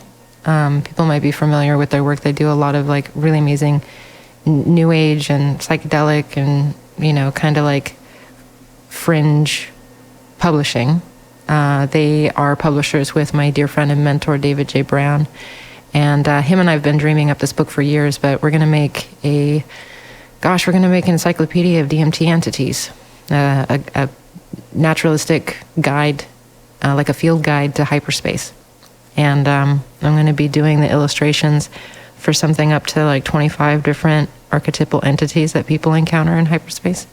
And he's going to be writing the descriptions for them. And originally, one of the things that was sort of like a barrier to entry for this concept for both of us is that David's a full-time writer, and I pilot several different small projects that sort of sustain me as an artist. But I don't really have enough time to dedicate to creating images that I would feel are up to standard for what I would want to provide for a project like that. And, like in the span of a year, there's just not enough financial support for something like that. Book contracts are not as beefy for, a publishing company or a genre like that as people might think. And so the forward that they could provide is not robust enough to sustain a person over the course of a year. And doing this traditionally, like I would still be spinning my wheels frantically trying to produce 25 gorgeous images that are up to snuff in a year's time. And so, I initially was like, oh, well, maybe I'll, I typically use Procreate nowadays. Like I come from a traditional drawing background and painting. But I could spend half a lifetime painting things good enough to depict these things just on like kid finger paint level. But with Midjourney and its upgrade and then all these other AI tools, I realized that that was the way that I could do this quick and fast enough, and that I could just sort of Mr. Potato Head, bippity boppity boop, different prompts, be like, okay, I like, this feature here, that feature there, and like I can sort of cobble these together into something that feels close enough and of high enough quality that, it does the job. Because like at the end of the day, this is still meant to be like a field guide. So it doesn't have to be like Sistine Chapel levels of chrysanthemum veil. But if it's powerful enough to get the idea across and land with people, be like, that's familiar. I know what that looks like. I've seen that before. That we would be in the ballpark and be able to make something like this possible. So I've been doing some prototypes over the past several weeks. And I got really excited when the upgrade to Midjourney happened, because it just like took the level to an even more finessed place that I was pleased with. And I got teary-eyed earlier today mocking up one for like ancestor, familial spirits. It's just gorgeous stuff coming out of it. And then being able to hybridize the different tools, take, images and prompts from these and run them through other programs and stuff, like maybe take Midjourney stuff and put it through the Dream Studio with Stable Diffusion. So I think that so long as people are there to like kind of curate and massage and overpaint and Photoshop and Procreate, whatever it is, use them as tools. I think so long as they're tools that serve the vision and the greater purpose, and that, there's still the human fingerprint on it and that curation, that they can be really valuable and they can save us a lot of time. For me personally, I have aphantasia, which means that my mind doesn't produce visuals when I close my eyes and I try to imagine, so not try. I'm very blessed that like some weird feat of stubbornness has allowed me to sort of like sidewire. Like I can still imagine what a composition might look like. I can still imagine, like, this is dorky and kind of a girly thing, but I'm like, I want to wear this outfit. What's it going to look like before I, try it on? I can get vague understandings of what images would look like, but I actually don't experience them in my head at all. It's completely black inside my mind when I close my eyes and I'm sober. It's one of the reasons why I love psychedelia and the dream world, because it's the place where like full Technicolor 16K 12D magical shit all the time raining from the sky, like that's like where I'm super blessed, right? But then when I'm awake and I close my eyes, I'm like, oh, there's no signal there. All the signal's allocated elsewhere. So for me, something like AI is really valuable for prototyping stuff, because like it saves me time. I don't have to draw it on paper to know if it's a dumb idea to do something from this angle or that, especially with things that there aren't real world references for, and I don't want to like build a maquette just to sort of understand what it looks like from a different angle. So I think it's about like the ethics of how it's used, kind of like with any other technology. And it'll be up to culture to like put the premium on what those ethics look like and how to build them into the interfaces that we use with them. Sarah, open up my screen there. Yeah, thank you. Let's see. So on the screen here, I've got an image that my friend prompted of a machine elf. So I'll give you that prompt that he used. Some of these things it came out just extraordinary. So these are all tardigrades here, but I'm curious because they So- look a lot like the prompts I get for machine elves too, and I wonder what augmenters are and like which prompts are weighted heavier and stuff. Because yeah, that's familiar. I get some cool results Right. like that too. yeah, pretty extraordinary. I mean, sometimes it'll just pump out Turds. essentially dog shit. Yeah, Yeah. just nothing you can even work with. But that's where it But comes down to you like get- you learn what it wants to hear to give you what you're looking for. Like you learn the common language. Yes. So he just prompted it with quantum machine elf, hyper detailed, fifth density, render, octane, and then don't worry about the upscaled. This is dope though, because like, see, I'm using things like hyperdimensional and like fractalin or, self-transforming machine elf and things like that. Like lots of different iterations of things. I've never used fifth density. I've never used quantum. I think I tried to use nanotechnological the other day. I got some like really crazy results, but it's interesting because we're having a conversation on like what words mean in aggregates in the collective consciousness. Yeah. Check out these tardigrades too. They're so cute. I love Pretty AI cool. coloring. Like, as somebody Yeah. who struggles with color, I'm going to admit it. I totally struggle with color sometimes, probably because of the aphantasia. Like, when I can see when it's good, I'm like, oh shit, that coloring's good. But it's harder for me to, visualize that in anticipation of making something. So I So love does looking this- at AI color theory. Does this not remind you of the end of what was that movie? Was it I just think of the Borg Queen. That looks like Annihilation? Yeah. Annihilation. That the the mimic Borg. at the end of it, yeah. I'm trying to think of what else it reminded me of. Oh, has anybody seen the movie Artificial Intelligence that was directed by Steven Spielberg, but it was like picked up from Stanley Kubrick's project? It was based on a story called Super Toys Live All Summer Long by Brian Aldiss. But at the very end of that movie, there are some sick-ass, like, post-cyberpunk nanotechnological aliens that look like they're made of glass, and they have a bunch of, like, glowing light inside them.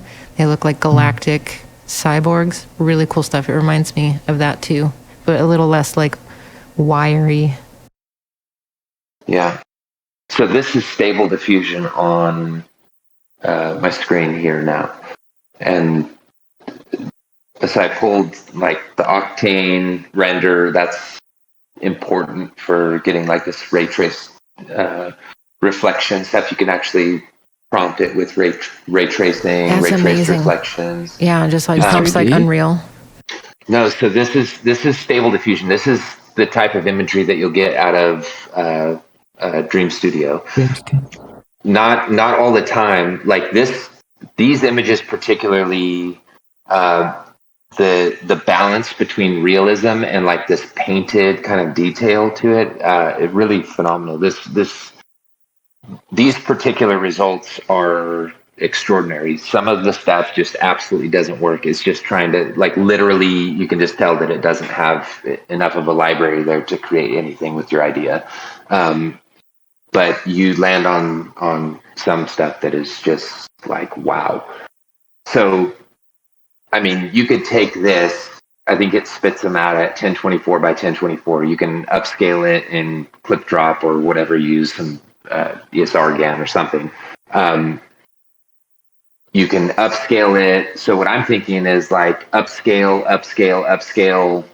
until it starts to break down, then paint it back together and then transfer it to a wall, like a digital wall covering, or even a painted mural or something like that. I mean, so as an example, let me see if I got something here quick.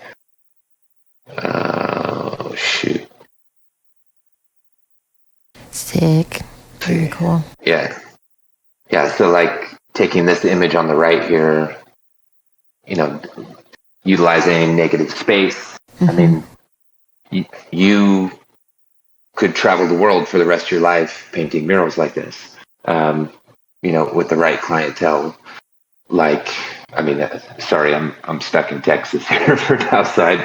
Same. I admire you on the other side of the world, Mark. You're welcome anytime. Thank you.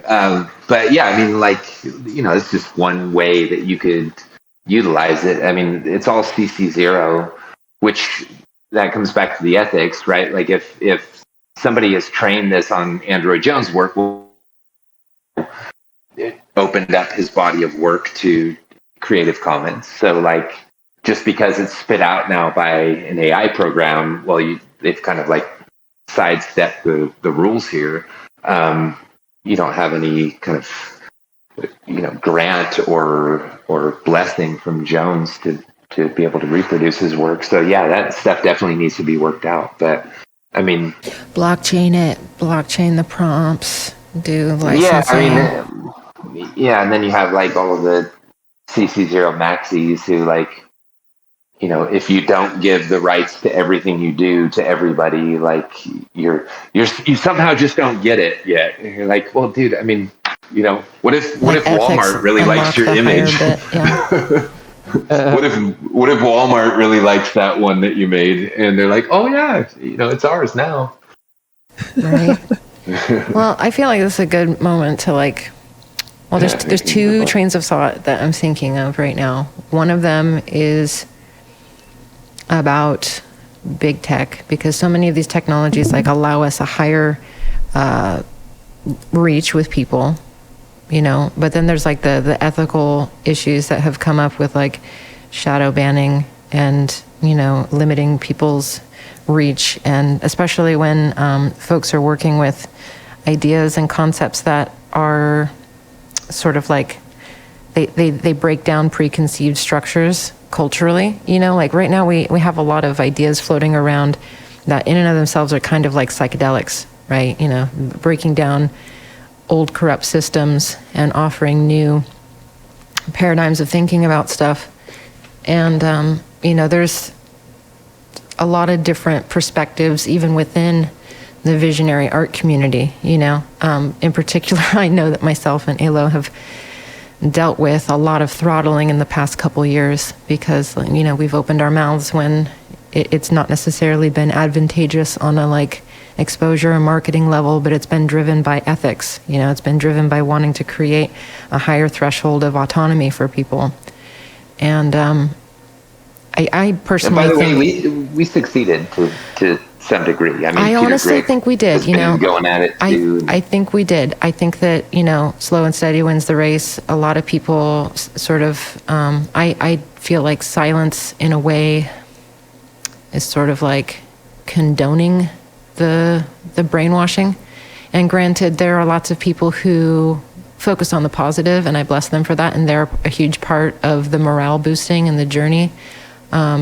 It's been part of my training in this life to find ways of gently coaching people who only focus on the positive to understand that when they lend their power as well to folks like myself and others who chew on the cud of the shadow and spit it out into fertilizer, that they not only aid others like myself and others, but they elevate the value of their positivity because they're not just focusing on one frequency. And I've been seeing a lot of, how do you say, I don't want to say vindication because it's not about ego. I'm really feeling blessed that a lot of people are becoming brave enough to be wait a minute, what I was told didn't line up. It didn't pan out in reality. Why did that happen? And being able to trust themselves more with making their own choices and being able to explore their autonomy and not hand it over to other people to make those observations or choices for them. And I think that's the big thing, right? It's not about what you're believing or what side of the fence you find yourself on. It's just about having the courage to say what it is that you want to say. Right? Yeah. And then not caving just because everybody in your field or everybody that's in this place where you want to be says you can't do that. you're not allowed to do that. I mean, Yeah. I'm particularly aggressive in that way. And when somebody says that I can't do it, it becomes a fixation point, right? And that was how we met. Really, is like, Oh, that was such a relief, to be honest. Like I felt very alone because I'm kind of like gristled. I come across as like super fluffy.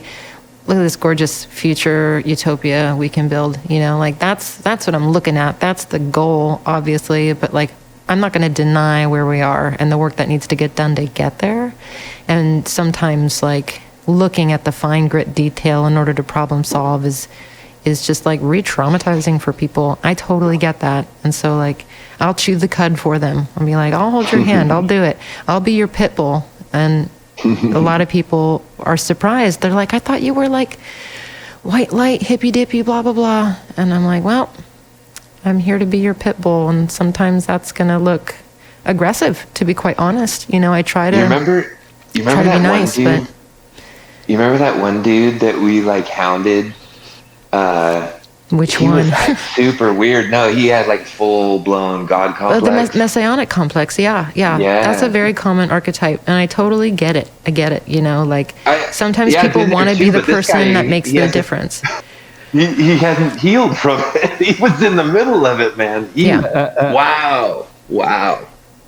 I mean, that was extraordinary. Like the way that he would just pop off, like. So he sexualized his deity, yes, right? Yes. So everything was about seducing. Yeah, his love would grant enlightenment or something. His like his shining phallus. Phallus, exactly. The cosmic Christ phallus. Honestly, I was about to say just now that I'm so blessed that I'm female in this life because like I have a lot of masculine energy, but I'm also like a total big baby. I'm totally hyper empathic, hyper emotional. But at the same time, like, I'm pretty positive a lot of my past lives have been masculine. I'm so blessed that I'm female this time just because, like, I've dealt with a lot of, like, mission imperative psychology where I'm like, I'm really well equipped to help. Like, I really stand in a unique position. I have to do this work, and if I was a dude, I might get wrapped up in thinking I was Jesus too. So I have a lot of empathy for people who, are like, oh, I have this unique perspective on it. Like, I'm the one to wake people up, but Jesus wasn't a girl. So, I don't even know if there were any female messianic figures. I guess like if you get a nice mom, every nice mom is a savior in a way. Yeah, the archetype, yeah. Hypatia, she was cool. Who now? Sophia. Hypatia? Yeah. Sophia, yeah. Yeah, Sophia. I have not heard the name Hypatia, but I'm really familiar with the Sophia concept. That was what saved me. It was Gnosticism at 17. Yeah. That was how I fell down an existential rabbit hole, was I found Gnostic Christianity, and then I realized that Gnosis was a lot bigger than just that one branch. And that was like the core of all of the comparative mythology I've been studying as a kid. I had a Gnostic revelation at 17 just before I started eating mushrooms. Yeah, that's a good one. It helped me come back to reality. Yeah. I'd say. I would love to like ask after this thought that you share. I want to talk about what we think about simulation stuff. I know. I'm sorry. I know it's loaded. I stopped the clouds removing the other night. Yeah, you were telling me. Dimensions. Yeah, I wasn't comfortable, and every day just things are happening. Like just weird shit. Like in the past timeline I was in, I was 2 inches smaller. I had blue hair. Weird shit like that. So day 2 of waking up from the coma, I sit up from the bed, stumble over to the balcony. I look up at the sky. It's nighttime, and I say, "Sophia, please help me." And a voice came from nowhere. Said, "Of course, my dear." A golden shooting star shot across the sky and exploded in 1,000 little lightning bolts. Wow. And I glitched. My body convulsed. I fell back in bed. I closed my eyes. I opened them again, and another one, and another one, and another one for like 6 hours. And yeah, biointelligent dream field. But yeah, she's always been there. Like even in my lucid dreams, when I started to call out to her, she would always show up, give me stuff, do stuff, take me on adventures. And so, yeah, it's an interactive mythological archetype that works. It's really healthy because she's out in the garden right now as a plant. Yeah. And animals and each other. And anyway, so that happens. I feel like when we ground that's it in beautiful. something organic and understand that it's infused in creation in a like holistic and compassionate way, that it really heals that fear element that comes from looking at it from a limited vibratory perspective, like technological. You know, it is the highest form of technology, obvious. It's the universe itself. But like when we look at it just through the simple lens of what we've been able to do when we channel our limited understanding of it, like I've tried to talk to people about it and I'm like, it's a construct, you know? And they're like, is it base reality? And I'm like, it might be, even if it isn't. It's a fractal bifurcation off of whatever base reality actually is. And we're only ever seeing our brain's reconstruction of it from our sensory set. Dualistic brain. Well, that, you know, as above, so below, your brain is definitely a simulation. We know that for sure. There's something like Andrew Huberman, I think, was saying there's something like 6 layers of abstraction that are known within your brain, where it's like symbol layers interacting with symbol layers, interacting with symbol layers. So you're like 6 levels deep in a simulation. We really don't know what real reality looks like because we're just seeing through, you know, our sensory apparatus, which is actually blocking out most of what's there. Yeah. Keep us So in that grounded with our sense, little brains. Yeah, keep us grounded. Yeah, exactly. And so in that sense, it definitely is a simulation. To what extent you want to believe as above, so below, then the whole thing, then, you know, hypothetically is a simulation at the macro scale. I'm such a dork. Like, I feel so grounded when, like, the edges of it loosen up, you know? And I'm just like, oh, yeah, because, like, I've always wondered. I was that dorky little kid. I was 13 when The Matrix came out, you know? And I was just like, holy shit. Like, the universe is information. It is vibratory information, light information, you know? Like that old Bill Hicks quote. And I remember, this is so dorky. I don't even know why I'm going to say this, but I'm going to fucking say it. I was like 13. I did not go see it in theaters with my dad and my brother. I missed out, but I watched it like a month or 2 later at home on the television. I used to wear these like big Jinko pants from Hot Topic with the like, I was like a little wannabe cyberpunk nerd, and I had the like blue reflective little, you know, straps on it. I felt so cool, but I was a big dork. And my dad hated those pants because he was like, you're going to trip on your pants. You know, and I remember after watching the movie, I was walking across some tile. I was in my head. I was like, wow, that movie was so cute. And I had this moment where I tripped on my pants. Pops was right, tripped on them. And in that moment, I was just like, I don't want to be in the reality where I fall on this tile and break my freaking hip. Because I have weak connective tissue. I'm a little mutant. I didn't know back then, but I'm fragile. So in mid-fall, I turned on my axis like a cat, and I, instead of falling on my back and cracking my head on this tile, I landed with like my belly to the ground and my knees and hands under me like a cat. Oh, cool. And I was just like, that likely would not have been possible had I not realized the potential from that film, you know? And like, it wasn't like bullet time, but it was like cat time. And I was like, I'm going to amoeba cat physics. You know, I was like, operator, give me cat physics. Yeah. Somatic, animalistic body, mind. And there's I call it biomorphic empathy. And it's a concept that I want to go into in depth for my channel sometime soon. It's like this whole, it's not even like an original thought, but it's just my personal thesis on it. You know, how like once we get outside of our like biped and anthropomorphic and primate perspective of embodiedness, how like we can understand the way consciousness moves through other physiologies, and we can like sort of, call up the operator, and whether it's stuff that we do with biomimicry and technology, but do it from a more like empathic or conscious perspective, and just like tap the base reality of the construct and how it's expressed itself in all the different animal kingdoms. That's my little TED talk. Hey, quickly, Phong, is this the Cloud City? Are you guys still intending to build your blockchain world?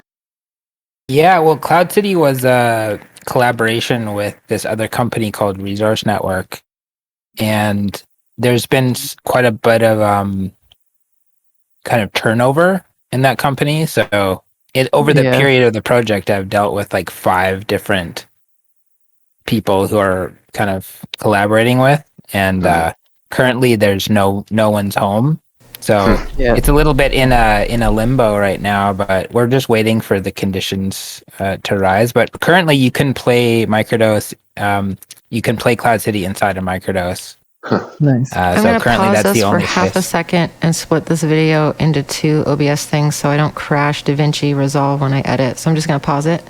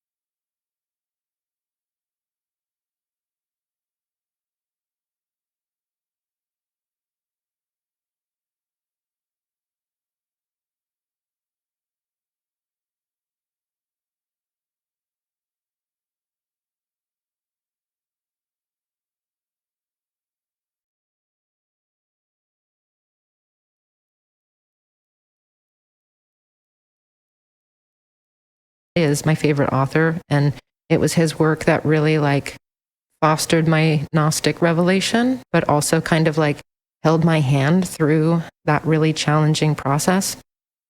And I always was just so grateful that I could be inspired in that way by somebody who has already passed away and their work was available for us. And, even somebody who struggled so much in their life and like felt really misunderstood. And the thing I've always ever wanted was to be able to inspire other people the same way that he inspired me. And part of that is like preserving pieces of our stories, for other people. Like for me, this is breadcrumbs out of the matrix for future generations. Like I want people to be like if Ready Player One world happens and there's young people and they're like, how did this all start? Like, what was the beginning of VR like? And if they happen to stumble across something like this and see that people were striving to plant a seed for a cultural perspective that, had the potential to either like get to these beautiful utopian worlds that we imagine, or at least give them breadcrumbs out of the simulacra back into that biomorphic consciousness in the real world, and like help steward it or help it heal whatever state it happens to be in. Because I feel like one of my personal hope for VR is that it stays a simulacra, that we don't run away from reality to, hide from how challenging our real world problems may be, but also that it prototypes reality, that it gives us a sketch pad with which to flesh out our visions for what we could do to steward and transform the world and heal it. And I hope it always stays that or grows in that direction. But in case, kids need to backtrack at some point, I want to show them that there were people who saw its potential in that way. Sarah, are you familiar with the term digital gardening? No.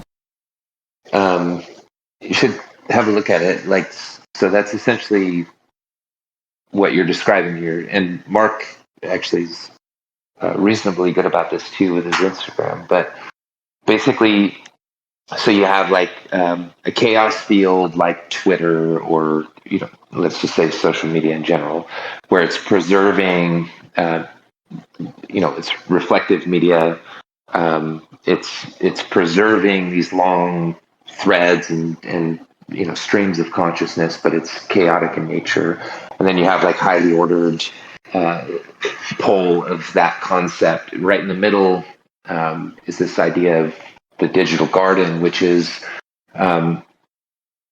like not like a website where you launch the website when it's in its polished version, but it's like a series of public notes that are constantly evolving, right? So let's say like a GitHub repository or something like that, where anytime you have a breakthrough, you would upload that particular breakthrough to a website. Let's say, I created this sweet, like header image or something. Let's say, it's a work in progress, but this is what I want this header to look like. Oh, as I was developing this header, I came across these three concepts, and then you delineate what those concepts are, and you leave those three threads open, similar to the way that a row of radishes would grow or something. They go through the sowing and watering and raising and reaping, the yield and all this stuff, right? So you do all of this stuff in public so that people can follow along with your journey as your ideas develop, right? So what people are finding is that this is actually the prime means of edifying knowledge right now. So it's this reflective media, but using it in a conscious way and a very public way to develop your ideas in front of everybody, and all of the processes that you go through to kind of lock in whatever it is that particular thread that you're working with. All of those processes are actually advantageous to other thinkers, people who are looking to develop a life for themselves or an idea of their own. So anyway, I thought I just came across that term the other day. I like how you're building your entity book like that. Yeah. You're kind of doing the same technique.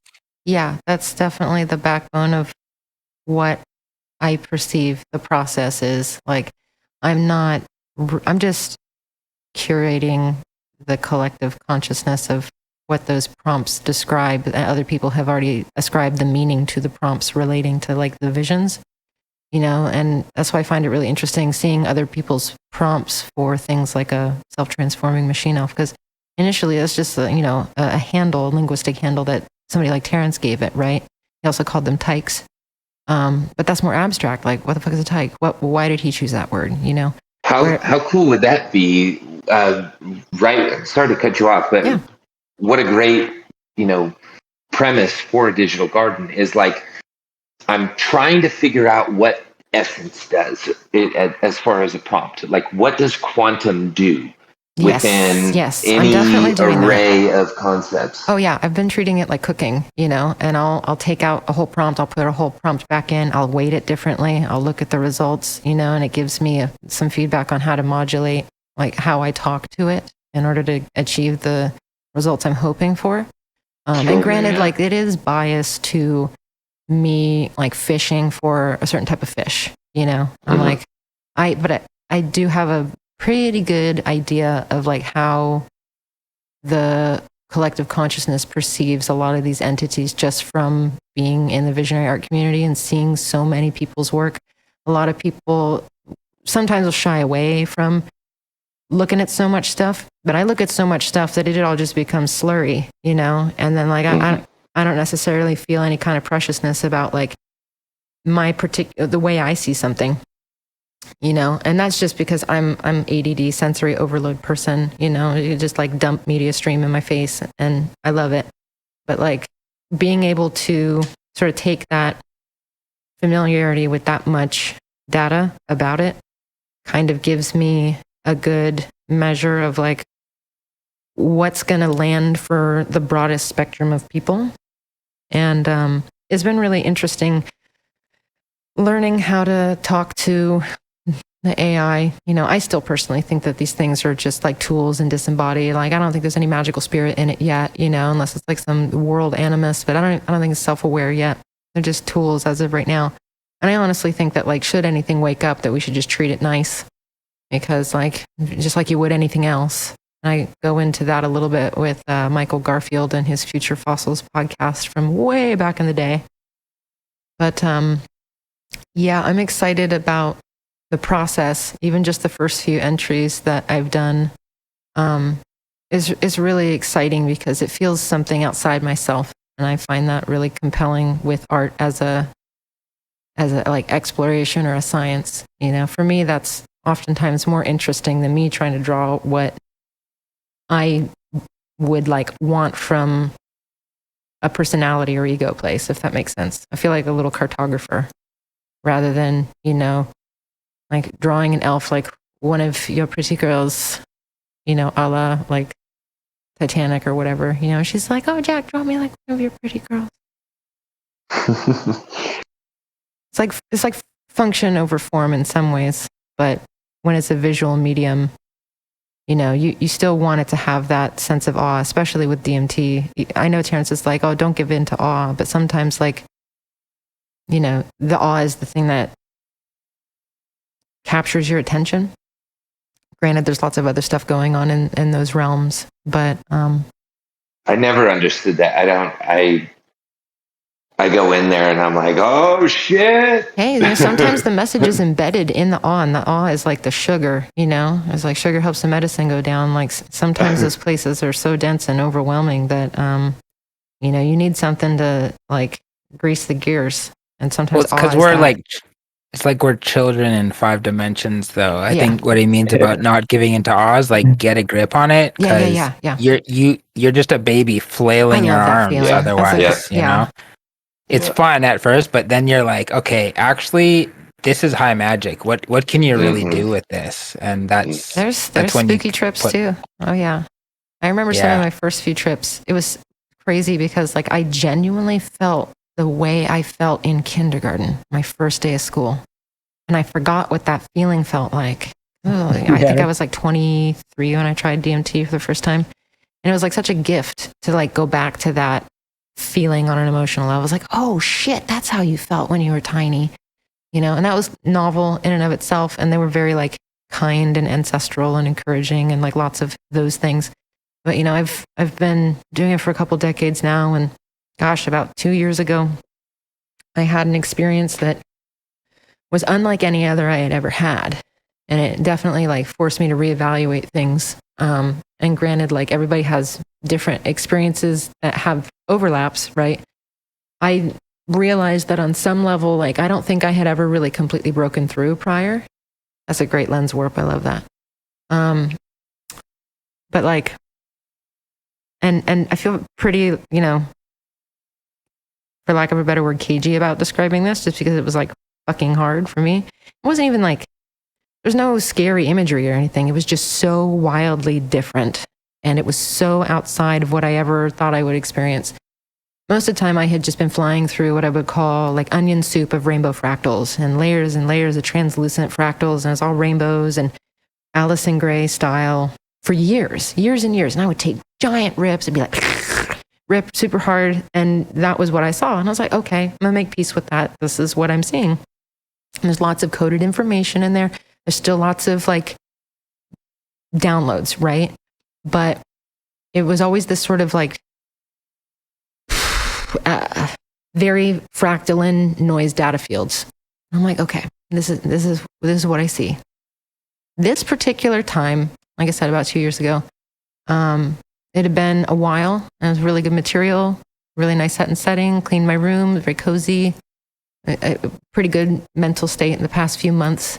So, I'm gonna be real. I struggle with depression now and then, but it's fairly normal. It just fluctuates. And so for me, a little bit of depression is not really anything to, focus on. I just try to move through it. But I had like 3 giant rips, I'm like, oh, I'm going for the big 3. Like, the way Terrence says, like 3 big old tokes. And I did that. Lay back, have my giant pile of pillows, body's all perfectly lined, like as close as I can get to floating, right? And beautiful translucent glass glyphs, like code floating in the room for maybe like 3 seconds. No wormhole rainbow fractal noise, just instantly.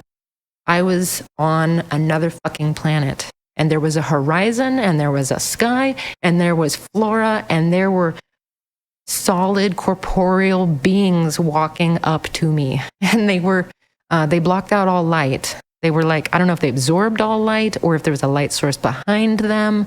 I don't know how the physics was operating, but they looked like silhouettes. I couldn't see any features. I don't know if they just had a cloak on. They were just like trying to spare me, the way they look in their place. They did not come across as scary. They did not come across spooky. There was no cultural coding in there like, oh, scary black silhouette, black shadow people. No feelings like that. And they walked up to me, pretty neutral. And I was like, oh, whoa, this is very different. I was like, I'm just going to take it neutral. I'm not going to like make assumptions.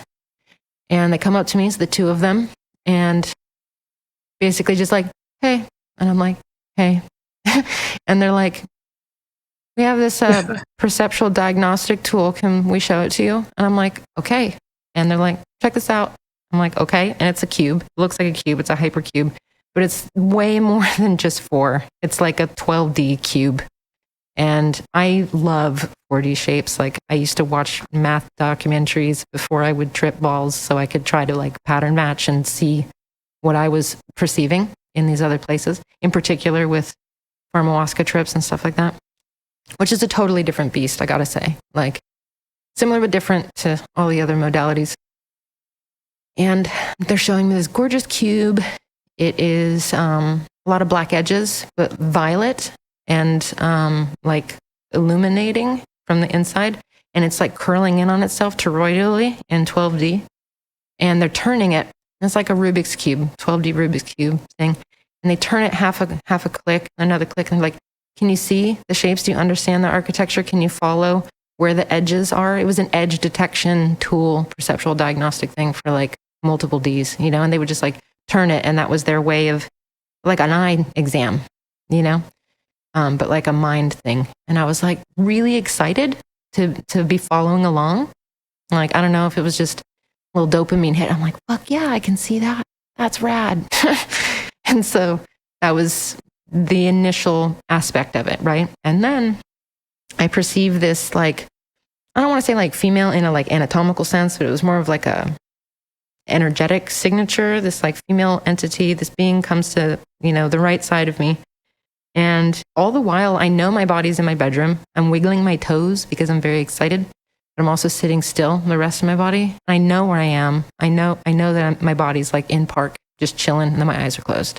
It wasn't like this feeling of, I don't know where my body is. I know where it is, but I'm totally there mentally in this other place, like quantumly superimposed little particle fin. And this female entity comes up to me and she's just chilling, and the 2 silhouette beings do a scan on me, very much like the spirit surgeons from the ayahuasca experience. I had never experienced anything like that before, personally. Never had a scan from the spirit surgeons. And so I was like, oh, this is like the stories I've read. Weird they would choose now. I mean, I've been doing this for decades, So I was like, all right, here I am. They scanned me, not from toes to head, but from like waist up. And they stopped at my head. And I was like, oh, okay, there's something going on there. They want to investigate. It's not like a tummy problem. It's not like a cardiovascular problem. I was like, they want to look in my dome. And I'm just like, well, they can look. They can't touch. How about that? And, unless they're nice. I'm not going to consent to any weird dabbling in there that is not, positive. And this female entity sort of looks inside my head like a gourd, and I could see inside my head like an empty space. And it was like an empty gourd, and there was a little hole, like a trepanation. And she shines a light in there, and is sort of like, I could see the light, like a spot moving around the inside of the empty volume of this gourd that is my mind. And it was like a lot of black and white flashing as she moved the light around. And it was kind of like them just like observing my tendency to be depressed and like wondering what that's about. And I was just like, all right, fair enough, and but I felt giddy the way a little kid feels at the doctor's office when you cooperate. I also became very aware that like any kind of highly sophisticated enough entity or being or species or anything, aliens, angels, whatever, they would be able to like manipulate emotions and manufacture reactions. And so I was just like, I know that on some level I would naturally, my personality and stuff, I would be excited about this, that this is amazing. This is like totally next level for me experientially with this catalyst. And so I was like, hot damn, this is novel. But at the same time, I was like, this is terrifying existentially. They are not scary in and of themselves, but because this is so fucking real, and it's like, this is a whole different planet. There's a horizon, there's a sky, there's fucking tree things. There's an alien world. The alien doctor looking up in my dome. It's terrifying. And so I was like, all right, I'm just going to be that good kid. I definitely am very euphoric right now. This is amazing. But I was like, this is intense. And so they're like, oh, well, signal's sort of waxing. You're going to go back soon. So we're going to like disengage and just, like, don't be sad. That was really it. They're just like, don't be sad. Shit's amazing. And I came back a lot slower than I blasted off. And all the beautiful glass-like rainbow prismatic holographical floating glyphs and codes and stuff just floating around my room, and those beautiful textures and the body euphoria and just like sort of powdered sugar reflectivity everywhere. Very, very happy feelings. I was like, they're right. The universe is pretty fucking rad. That was crazy. And it's going to take a long time to even come to terms with how intense it was. But good for me. I did it. I set out what I achieved to do. I was really just trying to be like little explorer mode. Wasn't even looking for medicine. I typically don't take that approach when I do psychedelics. Like I just go out there like an astronaut and I'm just like open to signal. I'm like, what am I capable of learning or understanding? Like any kind of benevolent beings want to impart me with some kind of little nugget to share, either, just something, anything relevant to me, but just like other people. I'm like, all right, I'm just going to go out there, pick some berries, see if anybody wants to share some data with me that's beneficial or harmonic or whatever.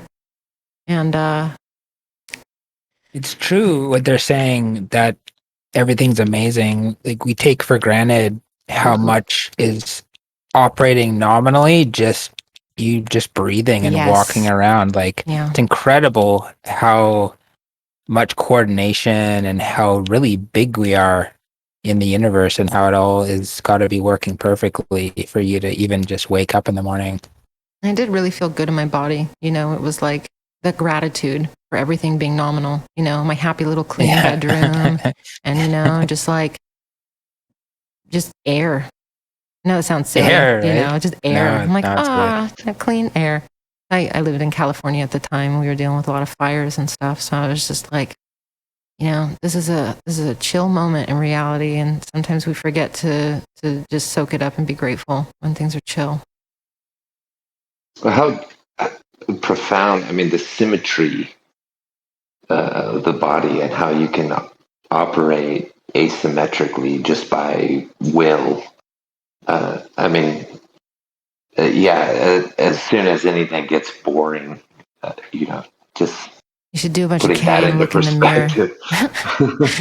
Putting that in perspective is, for real, it's weird. Like I've done a boatload of it, and then like looked in the mirror in the past couple of years, and like there are moments when like symmetry feels alien, and I never thought I would feel that. You're just like, what the fuck? This amazing A-line, and you think like it's almost like being an alien looking at a symmetried being for the first time, and your brain is trying to like crunch them into a cyclops, but it actually messes with people's perceptions of faces bilaterally, and it also messes with focus, which I find really interesting. My friend has a theory that it changes your focus dimensionally too, which I found really fucking interesting, because I've had these weird ass experiences where I'll be laying there, my eyes are closed, and I'm looking at what looks like a 4D data set, like this beautiful, glowing, almost like a snowflake, but not flat.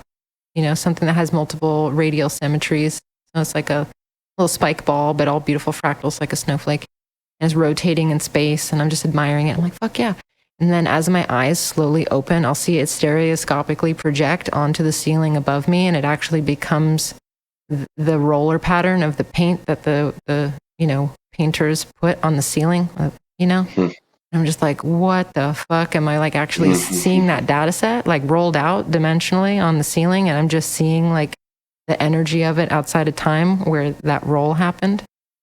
That's a weird thought, but yeah. I hope any of that made sense, because I know it sounds absolutely nutter, but it just, the seamlessness of that phenomenon was just beautiful but startling. And it was one of those moments where you're like, that feels really fucking real. Is that a trick of the mind? Yeah, DMT, I mean, more so than any of the others, is just you can't come back from it and brush it under the rug or something oh, that was a little bit much or whatever. It's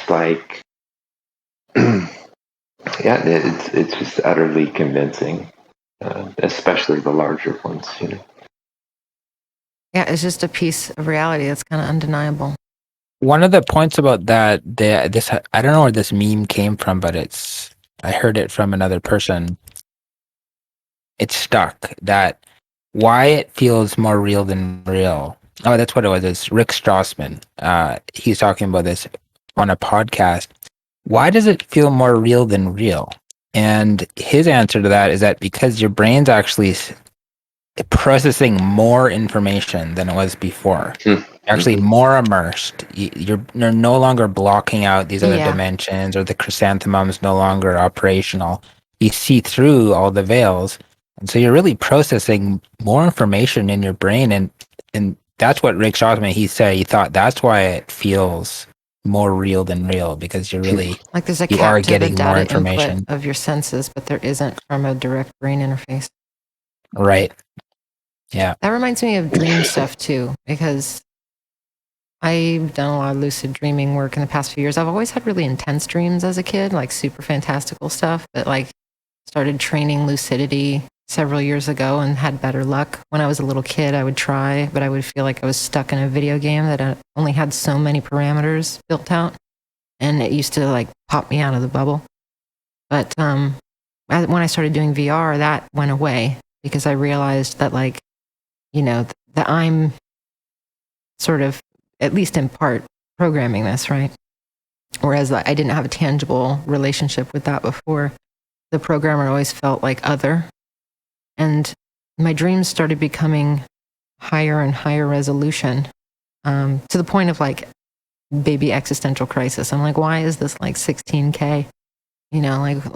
Way higher resolution than anything in my waking life. And I think I've talked about this a little bit in some of the dream groups that we float around in. But yeah, I think that it's when it's a direct brain interface, it bypasses that data limit on sensory reality. Yeah, because it really does. When you peel back the veil, it really feels more real than reality. And it's quite confounding. It's dope. Something that I learned recently is that mescaline is great for microdosing. That's not a substance that ever occurred to me to microdose, but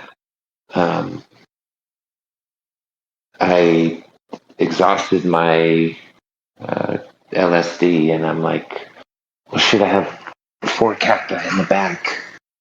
I'm like, I'm just gonna cut off a slice and see if that does what I need it to do. And I've been working out of my mom's house. She moved to Texas recently, and so helping her get situated. And I mean, it was just like hours upon hours of supreme focused, ultra high energy, like physical labor. Without, I didn't feel like I needed any water or food or anything. I mean, it was just unbelievable, and I didn't realize it until I got home. I mean, it was a long day too. It was like 12 hours of labor. And I got home and I laid down, and immediately, as soon as I closed my eyes, just these roots growing out of the center of my head, like into this. It was like a diffusion pattern of green and purple, and like into the diffusion pattern, and then this creature or flower or something kind of rose up out of this toroidal kind of outpouring or fountain or something. And just immediately, like as soon as I closed my eyes, it was like everything had been storing up all day. And I didn't even notice that something was off or, different. I had forgotten that I had taken any, cactus. And then it was just like I had 2 crystal clear visions and then just immediately pass out. And I was like, man, that's very strange. And so I did some reading on it the next day. It's like, oh, well, people haven't really studied what the effects of, mescaline peyote cactus or San Pedro cactus, like there's been some stuff that, we don't really know. But here's what we do know is it like enhances, your connection with your family. There's this emphasis on, familial relationships and an emphasis with connecting with people that you don't know. Like if you're out on the town or something, like there's that liminal kind of barrier that exists constantly where you're like, I don't want to really like rupture this person's day or go too far into a conversation. It's like that drops away, and it seems like people are very receptive to kind of going, a little bit further in a conversation or opening up to you just in something trivial or whatever. And then creative pedal to the metal, to like even small doses of LSD, you get kind of that citrus feeling in your joints. You're a little bit, I don't know how else to describe it. It feels like an orange juice or something is in your bones or in your arms, like your elbows and your knees. It's a little bit uncomfortable. I didn't notice any of that with the San Pedro. It was just like pure work, with like no effort. And it's like, oh yeah, American Indians, they'll take peyote cactus on long hunts and like not eat for 3 days, and they're just literally hunting the whole time. And I'm like, oh wow, that's pretty interesting. And I feel like I heard that before, and yeah, that's a super advantageous tool. That would draw itself further into a human relationship with it as a medicine. Mm-hmm. Yeah, anyway, it was kind of a neat, I think, overlooked substance. Maybe not, maybe that's just how I feel, because there's so much emphasis on like the Stamets stack or, microdosing LSD or whatever. I'm just like, oh, there has to be something here. There's got to be a way to do it. So, I got myself a dehydrator, and I'll just slice it up and crunch it down and put it in some red pills. I'd be curious about the lectin profile of it as a cactus. Just in general. But yeah, the Stamen stack is pretty dope. I feel like. Is it? Yeah. Oh yeah. Yeah. I like that after the first day or two. Like I tend to get a little like sensitive sensorily. I don't see anything obviously in terms of like wackadoodle stuff, but like you don't want to go to the grocery store the first day or two. just because you hear the music that's playing and like the carts and like people talking. There's no filter, so you're like an autistic kid. You perceive it all. Never gonna give you up. Right. And so Get normally I rickrolled. love it. Normally I'm like, yeah, I'm gonna dance to the classics while I do my grocery shopping. But it's the kind of thing where like the first day or two you just want to like nap at home and go slow. But then after, for me at least personally, the first 2 weeks or so, it really gave me a lot of ability to look back on the past and sort of like reevaluate like emotional relationships and perceptions and work through trauma, kind of like baby MDMA therapy or something. And I would just listen to a lot of music that I had loved from different periods in my life to sort of like bring back different memory sets and sort of process them from my current place and time and be like, okay, it was really healing. And it actually, my brother's a unique personality. We're very close in age. So, we have a lot of similarities, but a lot of differences. So we've clashed over the years. It's been a big karmic lesson for me, and like patience and like empathy for somebody who's not empathic necessarily. Bless his heart. Like he knows the way he's wired, and he's like been forthright about that recently, which I find like really amazing that somebody can be self-aware and be like, yeah, I'm just not wired the same. And I remember shortly after doing the stack, like we had a heated conversation, and I took a completely different approach to how to handle it. And rather than being like super triggered and reactive and fall into old patterns, I was able to like establish new patterns that were a lot just like healthier, I think, not just for me, but over time that ended up being healthier for both of us. Yeah, so I thought that was just the beginning too. And that was something that ended up growing throughout the weeks. I don't do it all the time, obviously, because you want to take breaks from it so you don't like get, what's the word I'm looking for? You want to, you don't want, you don't want to downregulate certain receptors about it. You want to make sure that your brain stays reactive to it. So you want to take breaks. But it's also been really good for my ADD. I just recently realized that like I'm in the ADD club in the past 2 years or so. And it's really good for focus and I think everybody motivation. over 30 is. I don't think it's a bad thing. I think it's just a different way of like processing stuff. Like I'm actually very hyper focused if I'm into it and motivated. Mine is mostly motivational based because it takes a high threshold of interest for my attention to stay locked in on something. And I think that there's a lot of really cool science about it that says that, we just have a different relationship to dopamine. There's a cool metaphor that people talk about in different ADD science circles about like a hunter mentality versus a farmer mentality. And it's really cute. There's a video game metaphor for it as well. Farmers tend to be symbolized by Mario, right? Mario is a puzzle game, slower pace, multiple steps to unlock things, to like solve scenarios. Whereas like the hunter mentality is a little bit more like Sonic, very fast paced, very focused. Very like, the stimulus is there and gone. You have to kind of like be a couple seconds ahead to be able to like stay on track. Is very much like hunting in comparison to being agricultural. And it's sort of interesting how human evolution and consciousness would have to adapt in different ways throughout time. And like certain forms of consciousness would be like more utilized or I don't know, like rewarded, validated. And we're currently in a like agricultural society, but we're also moving towards like really fast paced problem solving and technology and stuff. And, there are definitely certain personality types that thrive in different sectors for those reasons. So I think when all this is said and done, we look back, like,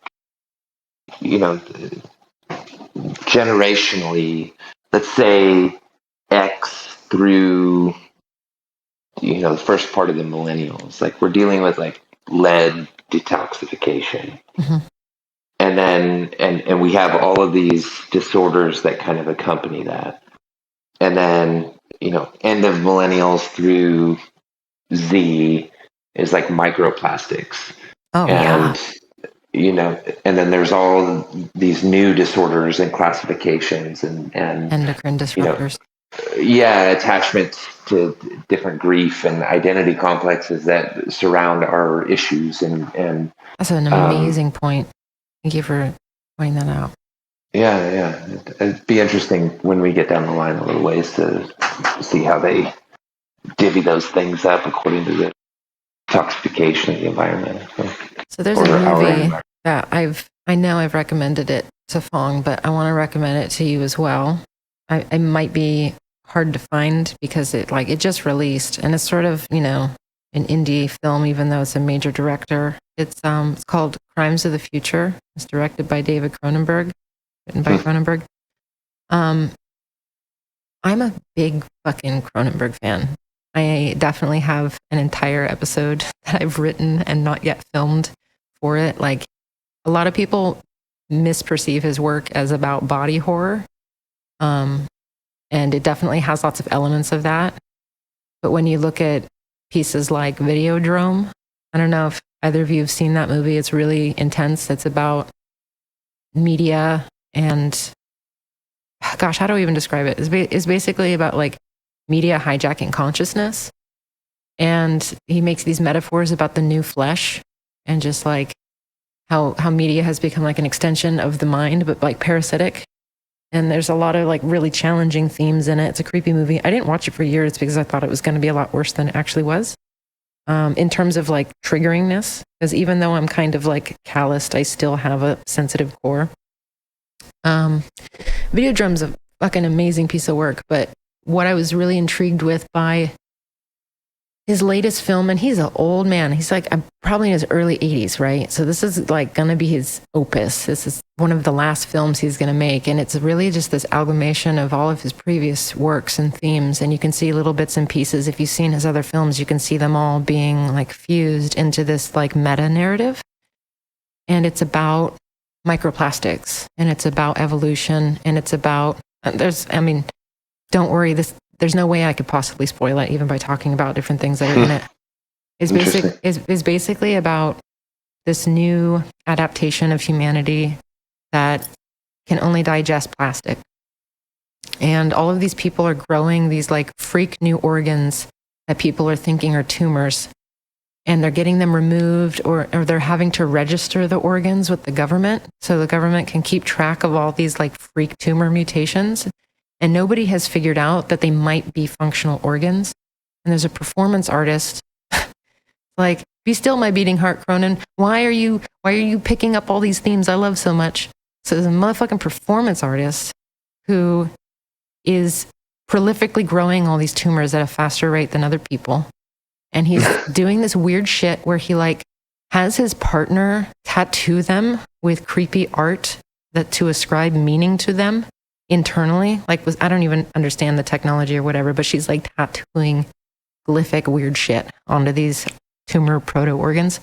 And then they remove them as performance art with this like weird piece of equipment that's actually meant to be like an autopsy machine. And it's like this big, weird, gigery organic thing. And he like lays in it like this big organic sarcophagus, and it cuts him up in front of people while he's awake. And it's like very sexualized.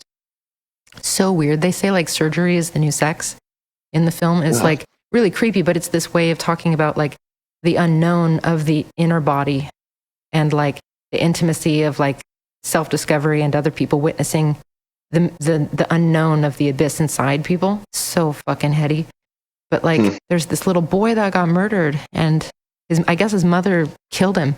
She thought he was like a fucking abomination, and it turns out that he was the first person born with a fully functional set of organs that exclusively digest plastic. And it was about like solving the mystery and of like what he was and his father and stuff. And hey, welcome back. There it is. Sorry, my battery died.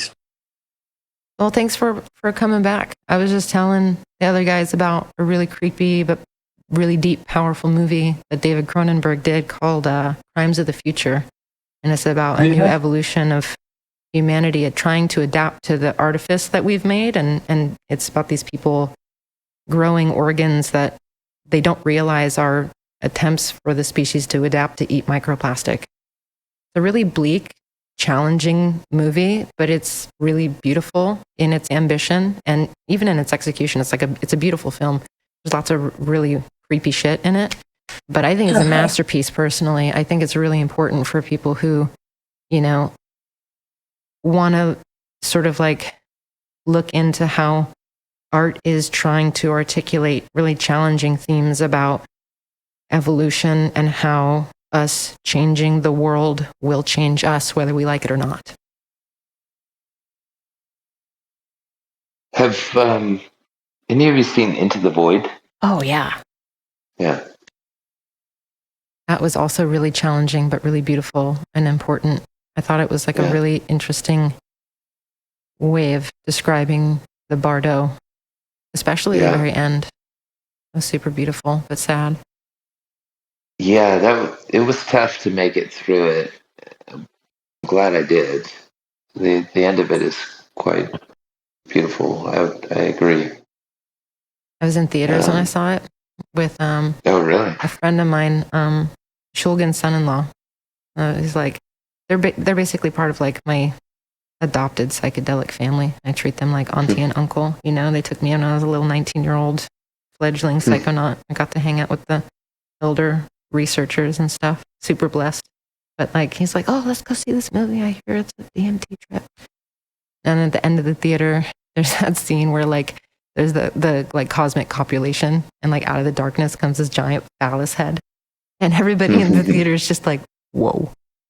That's so good. Have either of you guys seen that movie? No, never seen that one. Oh, my goodness.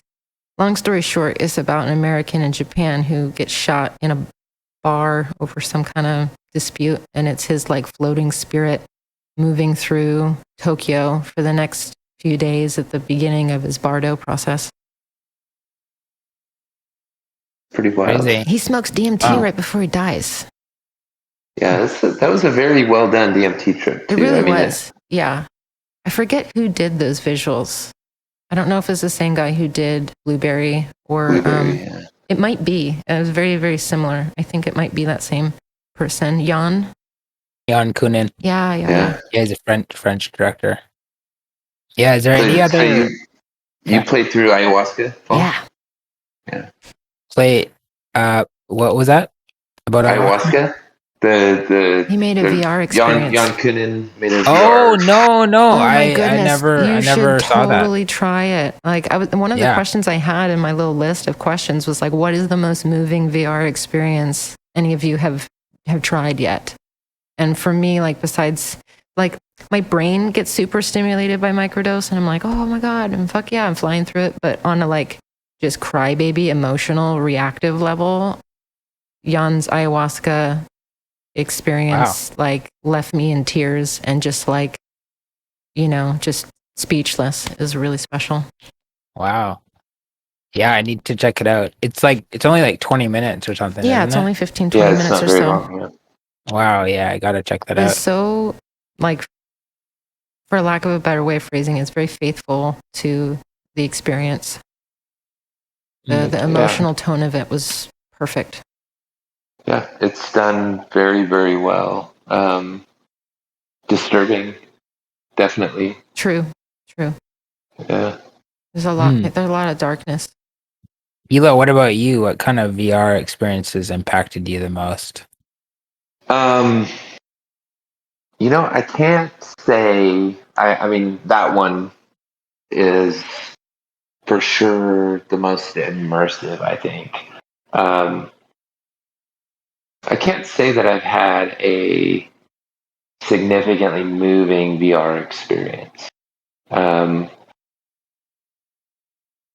Well, that's not true. I would say acquiring an NFT plot of land in Somnium space and then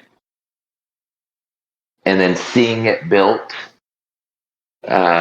learning how to build in that space, seeing it in the world, and then going through the process of learning how to build an avatar and rig it and then deploy it as an NFT. That, to this point, that's been the most moving. Like, wow, this is very, very, very cool.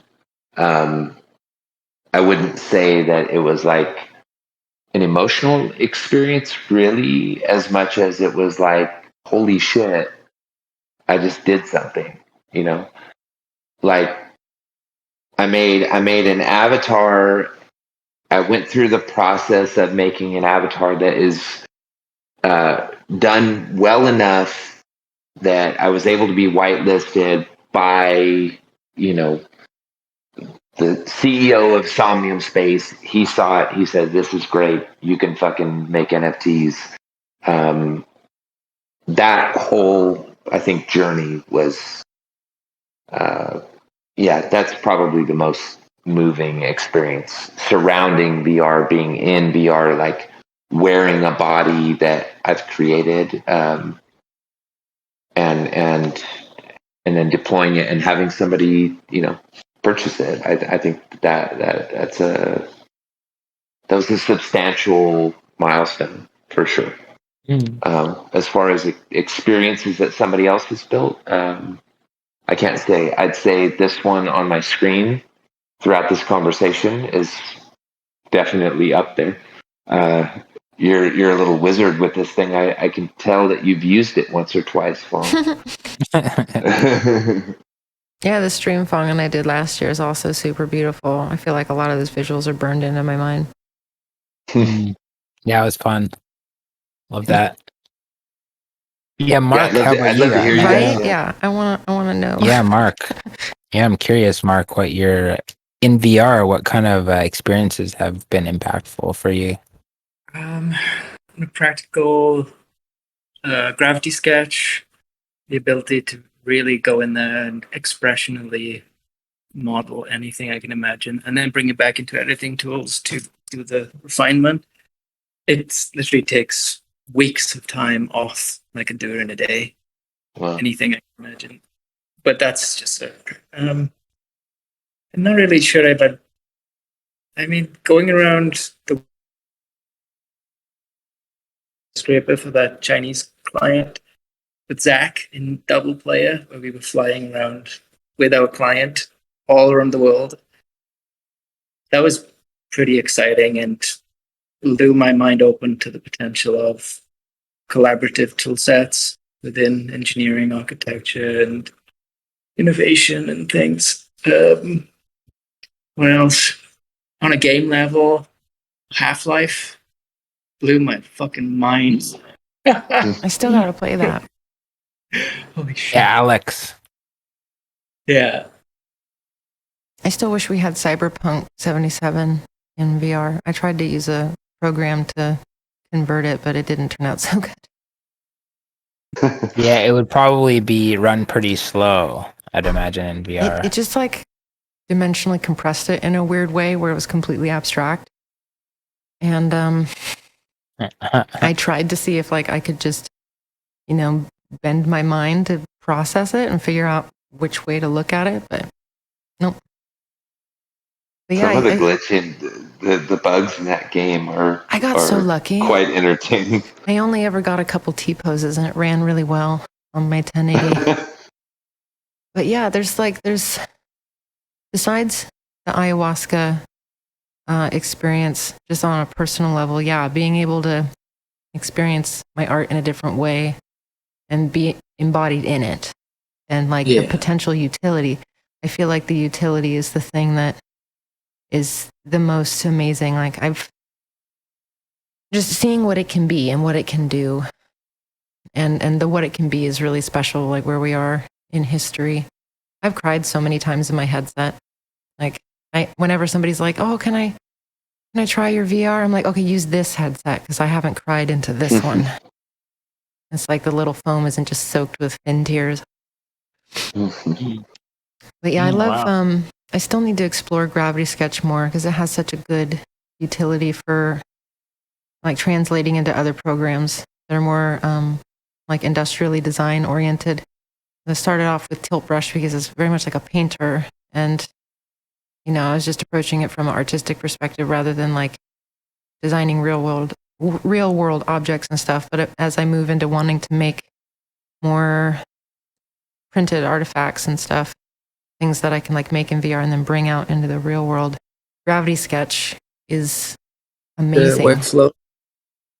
So with the combination of Gravity Sketch and then in Cinema 4D, you've got this new volume technology that came out 2-3 years ago, and it allows you to basically like soap, candle wax. You can melt everything into one object, then optimize the mesh and wrap the UVs, and it's just again, it takes weeks of time off my workflow. I could do stuff in nights. Wow, awesome. That's amazing. I only messed with Gravity Sketch at the very early stages of it when it was still in early beta, and it was pretty awesome even back then. Yeah, it was. And now they got even a double player, multiplayer. Yes, so you can get in love that. It's so good. Yeah. I had a jam with a friend the other day. I was blown away at like how smooth everything ran and just like how quickly you could bounce something back and forth between people.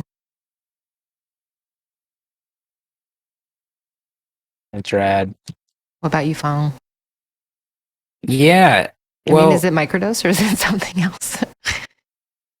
I guess, yeah. Well, Google Earth, outside of Microdose, I'll get into Microdose. Yeah. Google Earth has just been amazing. Like, I love Google Earth. It's the largest public data set that's currently available as far as I'm aware. In VR? Yeah. Oh my Google Earth VR. I've never done it's that. awesome. It's amazing. I've done it on a projector, but not VR. And I totally rediscovered the land around where I live and grew up my whole life. I didn't realize what was just over the mountain, like right next to my house. I didn't even know it was right, because it's the US, right? What I didn't know headset it was were just you using, if you don't mind me asking? It works for all like Steam and Oculus on a PC VR. It's not available on Oculus, just pure Oculus, but it's on all PC VR platforms like Steam and Oculus.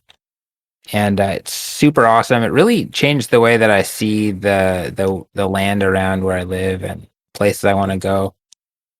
Super awesome, and it's got like Street View built in, so you can go to like any random street corner in Tokyo and just look around in VR and with the real 360 photos. The entire Grand Canyon is mapped out. You can fly through the whole thing, and there's nothing is wrong with it. Ultra high resolution polygon. Like some areas are scanned in higher resolution than others, but yeah, the Grand Canyon is super high res scan. I want to show my dad. He loves Google Earth. And then with Microdose, the experience that really, I'd say, changed my life the most was this biofeedback experience that we built in Microdose that will be coming back to Microdose.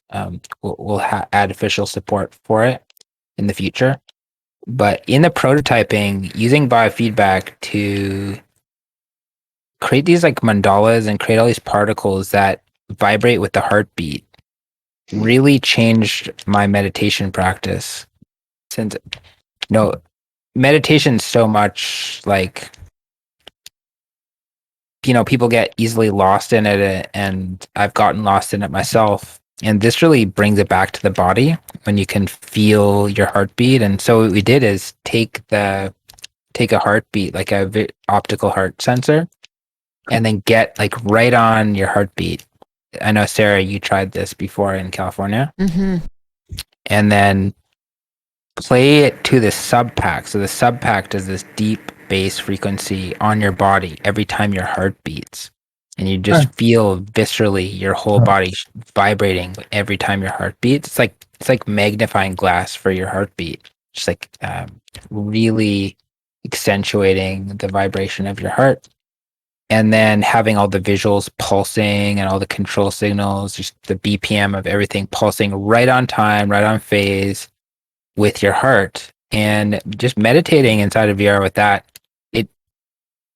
even a few hours of just doing that changed my whole relationship with my body for years after that. Because what it did is that it tuned me to the vibrational frequency of my own heartbeat and the signature and the signal that that represents.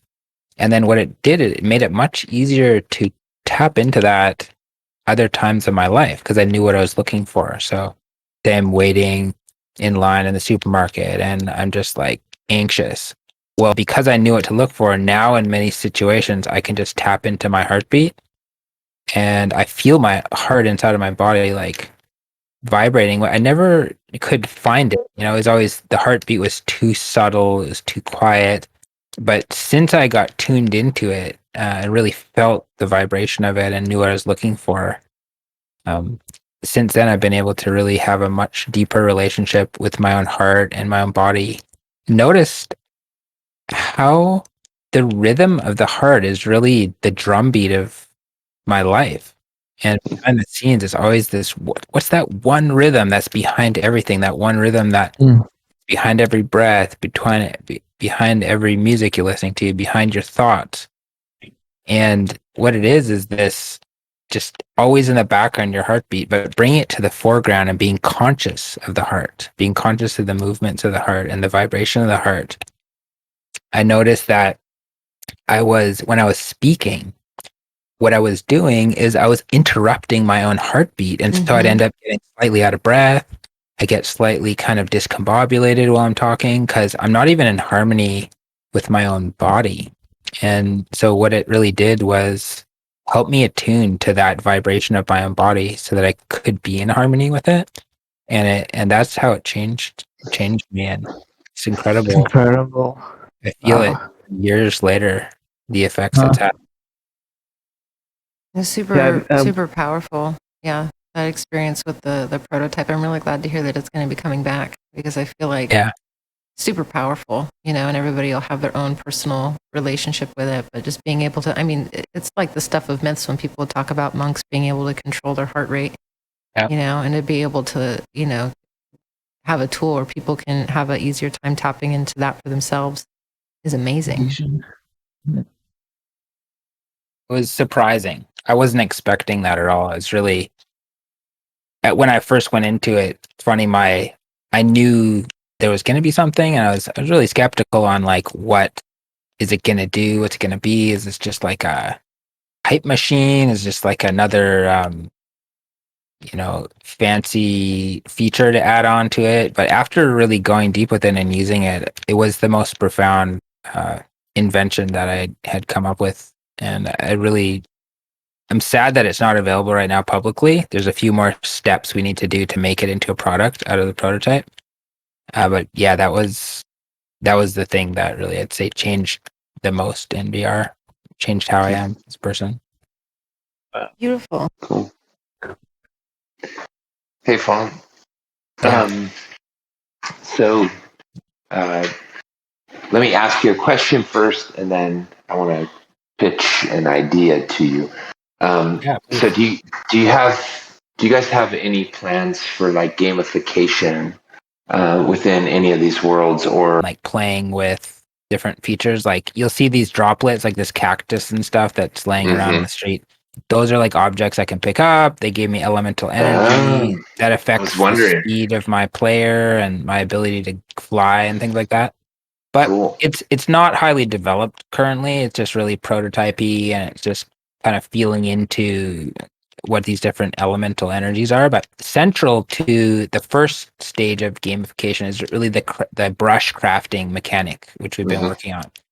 So what you see over here is there's 3 types of collections. There's collections where you get like the raw particles here, like the neurotransmitter collection, spider collection, Tokyo collection. So these are the ones that say Andrew and I come up with, and they're just the straight particles from Cascade or Niagara in Unreal. Single particle systems.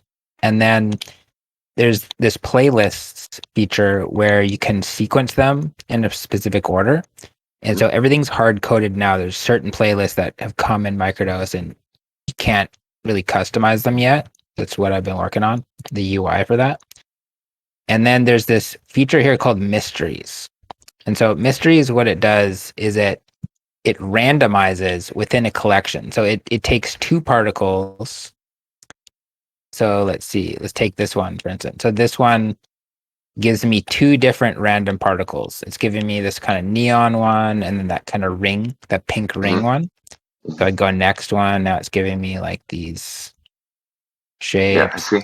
Just combines two different ones. So the mysteries combine combinations of two particles.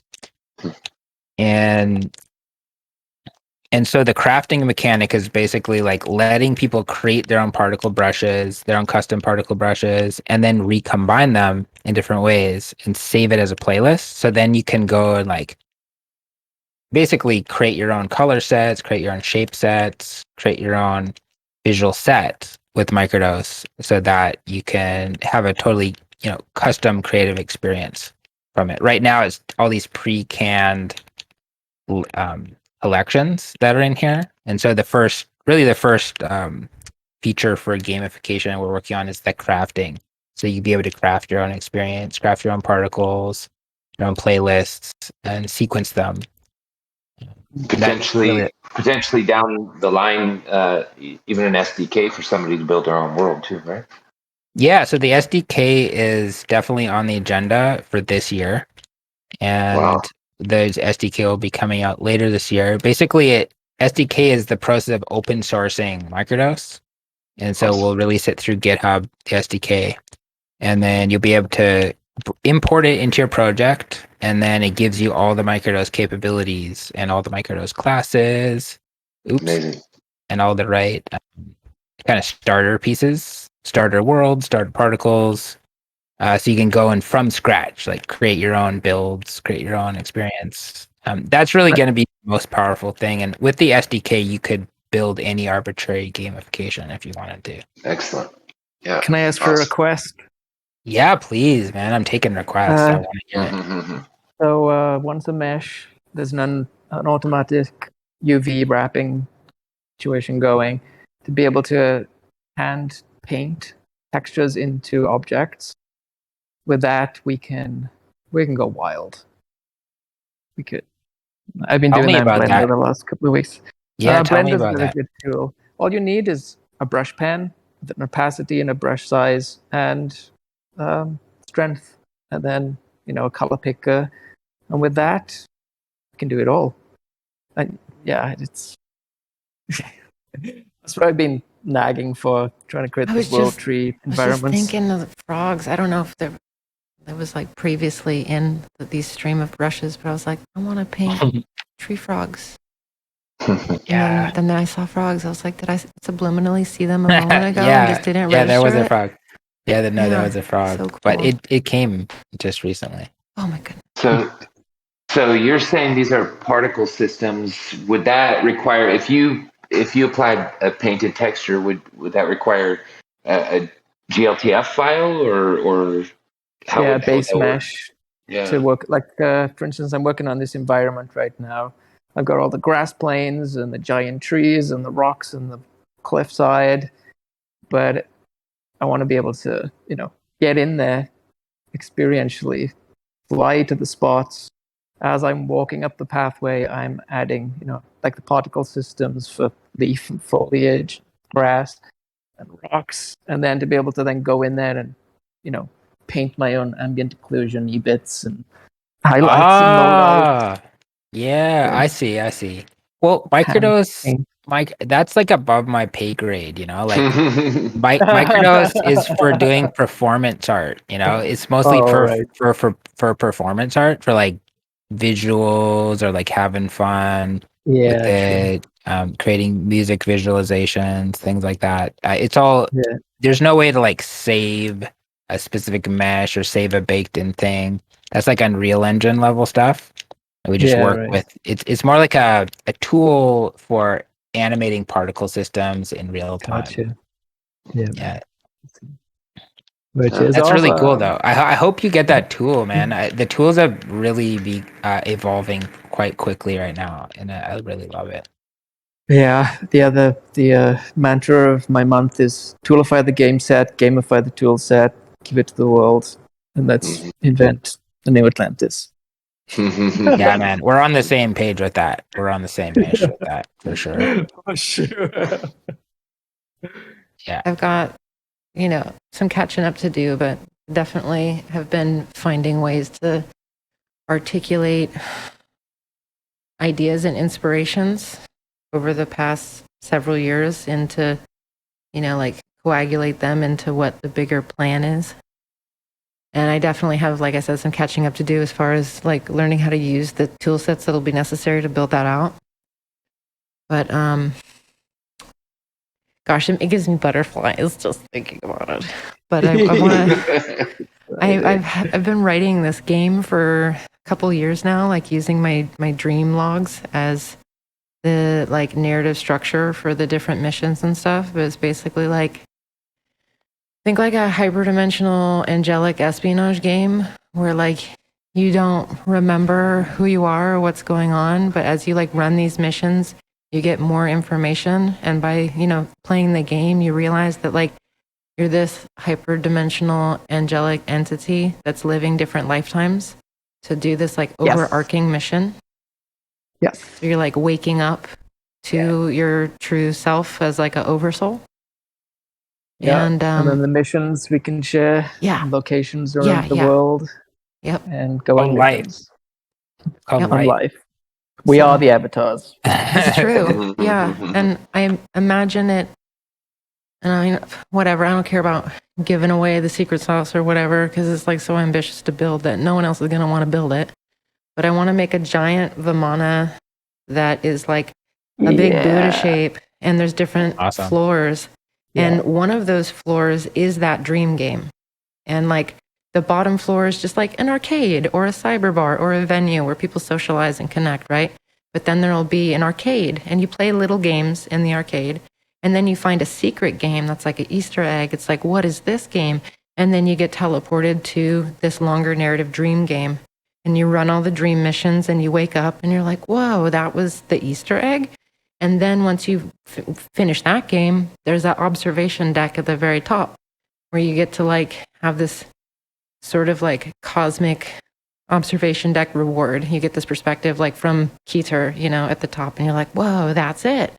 And then there's just like a fantastic slide if you want to slide back down to the bottom layer and hang out with your friends again and tell them about this wild ride that you just had.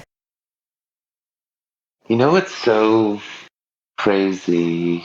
Like as you're talking, Sarah, and I'm watching the complexity of the visuals on the screen as you're describing this Vimana and these different floors, and you're like, dude, how many ideas exist? Like, and how many ideas exist in manifest form, right? Like, and how do you get people to come and actually do those ideas? Like so I'm talking about Phong being a meta creator or producer, and he's building the tools for artists to use, or DJs in this case, a Microdose. And Mark, same thing, like the mantra of the month, gamifying the tools. Mm-hmm. Like in some way, it's like you have to use this SaaS, the software as a service that exists, that other people have built. You have to use it in order to deploy these things faster and faster in more meaningful and efficient and robust ways, rather than building everything yourself, reinventing the wheel, all this stuff, right? So we're all utilizing and building upon each other's work, but it's like the goal is to make something meaningful, so that like not only like one person has that experience, but 10 people, then 50 people, then 1,000 people, then 1,000,000 people, and ultimately we're trying to create feedback loops, positive some feedback loops, where the people who are experiencing the product that we've created are getting something more than a sugar rush, or getting something more than, a dopamine, flood from having a new pair of shoes. Like we're trying to provide people with meaning, And in exchange for that, we're essentially asking for sustenance. Like, how do I support myself? How do I support my family with this thing that I've offered the world? Anyway, as you were describing this idea, like, you're like, that would be amazing. It'd be amazing to have this UFO that looked like Buddha, and there were all of these things, and you had so much time and so many resources that you made an Easter egg that was actually the whole experience. You know, It's like I trick them into the club thinking it's a club, and it's really just like angelic espionage wake up call. And how do you get to the point to where you have so much free time to be able to build that thing? And that's like, I think that's where, you know, conspiratorially or whatever, like, let's say there are reptilians that have an agenda, they're just sucking the life force out of everybody. It's like those gaps would be where they would go after. Yeah, so right? I've been thinking about this for a long time, and I think I have the solution. If you're ready for it. I don't know if the world's ready, but Let's go. Okay. Yeah. I'm not the first one to come up with this idea. There's actually a really good book. It's kind of hard to get through, but the ideas are golden. It's called Freedom, trademark, by Daniel Suarez. I love that. Yes. Yeah. So this book, there's a book called Freedom TM. Freedom, like with the trademark symbol. Daniel Suarez is the author. Yeah. And he airs some pretty revolutionary concepts in that book that I'm going to repeat some of them. Yeah. Basically, what you do is convert the entire economy into a video game ecosystem. Yeah. And now people are going about doing their jobs, but they're living it as quests. So we've gone ahead and created some kind of gig economy, which has created massive job insecurity, massive anxiety in our generation and the generations that come after us, where there's no certainty. You can't plan 3 months in advance. It's like everyone's just kind of barely making it by because cost of living and just the race to the bottom of everything. And so in this story and in this concept, which has been in the ethers before this story, is the idea is to create a stabilized system, which say is like built on a cryptocurrency or built on a series of interlocking cryptocurrencies, where you're say, okay, so Uber, right? So you want to give a ride to someone. So that's a quest. Okay, someone requests a ride. Would you like to play the Uber game today, or would you like to play the pizza delivery game, or do you want to play the I want to build a building today? I want to like get my hand on a hammer and a nail gun and like actually build a house for a person, because that's a quest too, right? And so the whole thing is like based on these profiles where you have certain skills that you've proven out in the video game that you've actually proven in real life. And then there's a whole market for quests. And so you say, okay, well, here's a quest. This is a class A level quest. This is a class 3 level quest. This is like a 3-month quest. This is a 10-minute quest. And so people basically just go on this market of quests. And based on your reputation, just like an Uber driver would have a reputation, or an Airbnb would have a reputation, you say, okay, so you put on this job market. Okay, I want this quest, and then I want someone to complete this quest for me, and here's the bounty on this quest. And then you just have a market of quests that people are engaging in, and skilled people have this stable kind of basis of work that they're contributing. So you basically feel like you're playing a video game, and there's all this video game symbology and stuff built in. It could be augmented reality. It could be on your phone. The idea is to take the fun and dynamic data-driven experience of a video game and overlay it onto reality, so that people playing video games are not just sitting inside of a house looking at a screen all day, wasting your life away. You actually get to live in the real world and play a video game and get paid for it, and actually help people and create a society that's built on having fun and reciprocity. So there was an ICO from 2017, maybe early 2018, called Latium. And the project still exists. And I wonder if they've read this book. I bought like 1,000 coins or something.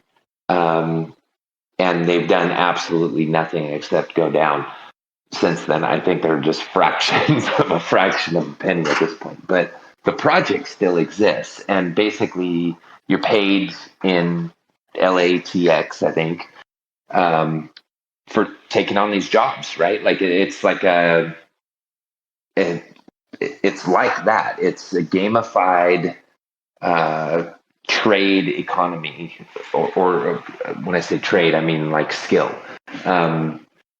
And it was a great idea, but like, again, there you go. You have a great idea, and it's like, but there are millions of other ideas where people can fucking stack ETH or stack Bitcoin or whatever, or pump a shit coin and pull out at the top, leaving the greater fools with all the bags.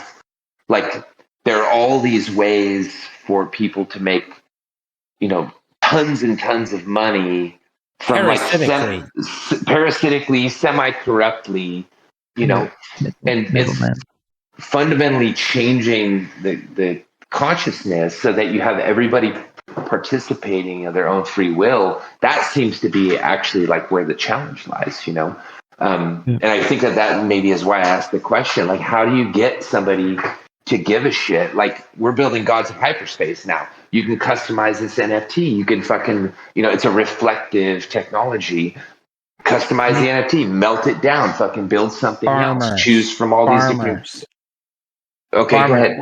Artists, we're at the end of the chain, man. We're at the end. We're like when you have enough time after you've gotten enough food and you've built a nice warm house, you need to entertain yourself, and so you turn to art.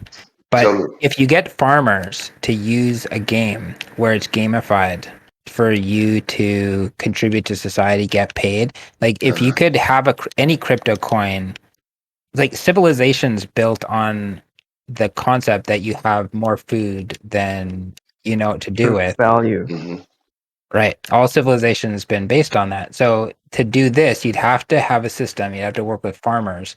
The farmers say, yeah, I'm willing to take this coin, and there's enough people with skill in this network that I could hire them with the coin I get from selling my food to get my stuff done. And enough liquidity to like a real world money, you could pay your land tax or whatever. But the really interesting thing is in that book, Freedom, is that there's a whole massive society of people, and everyone in the normal legacy society thinks it's a cult.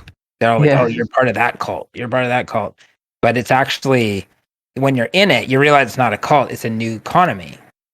And they end up building way larger buildings, having the best engineers, having the best lawyers, having the best technologies. Everyone, new technologies that just leapfrog completely these old oil-based things. And it gets pretty dark.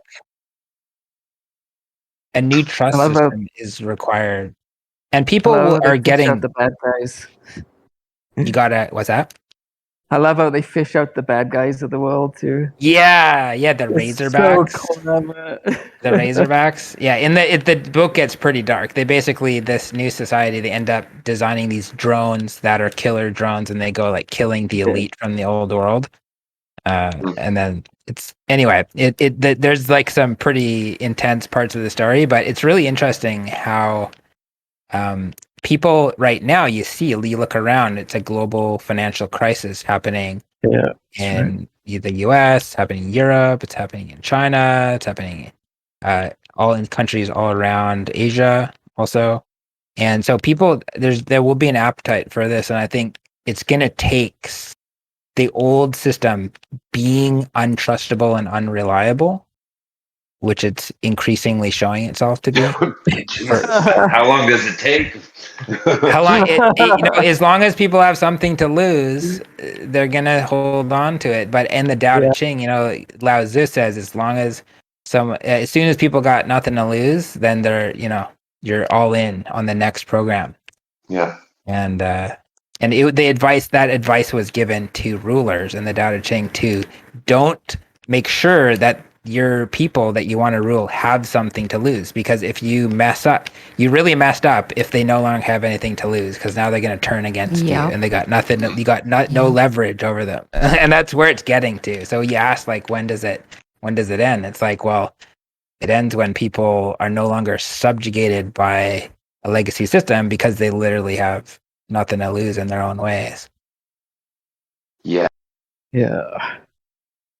Nothing And to there's lose, more and more everything to people gain. in that, and everything to gain. And there's more and more people in that category. Yeah, I'm just building it one little, pixel voxel at a time. Started creating a forest environment with like a water portal, a SheCreatureArt water portal. Speaking of water doors, we were talking about that before we went live. But yeah, just like I made a lot of radical shifts in my perception of what I could achieve. And I also realized that I was struggling trying to do it alone.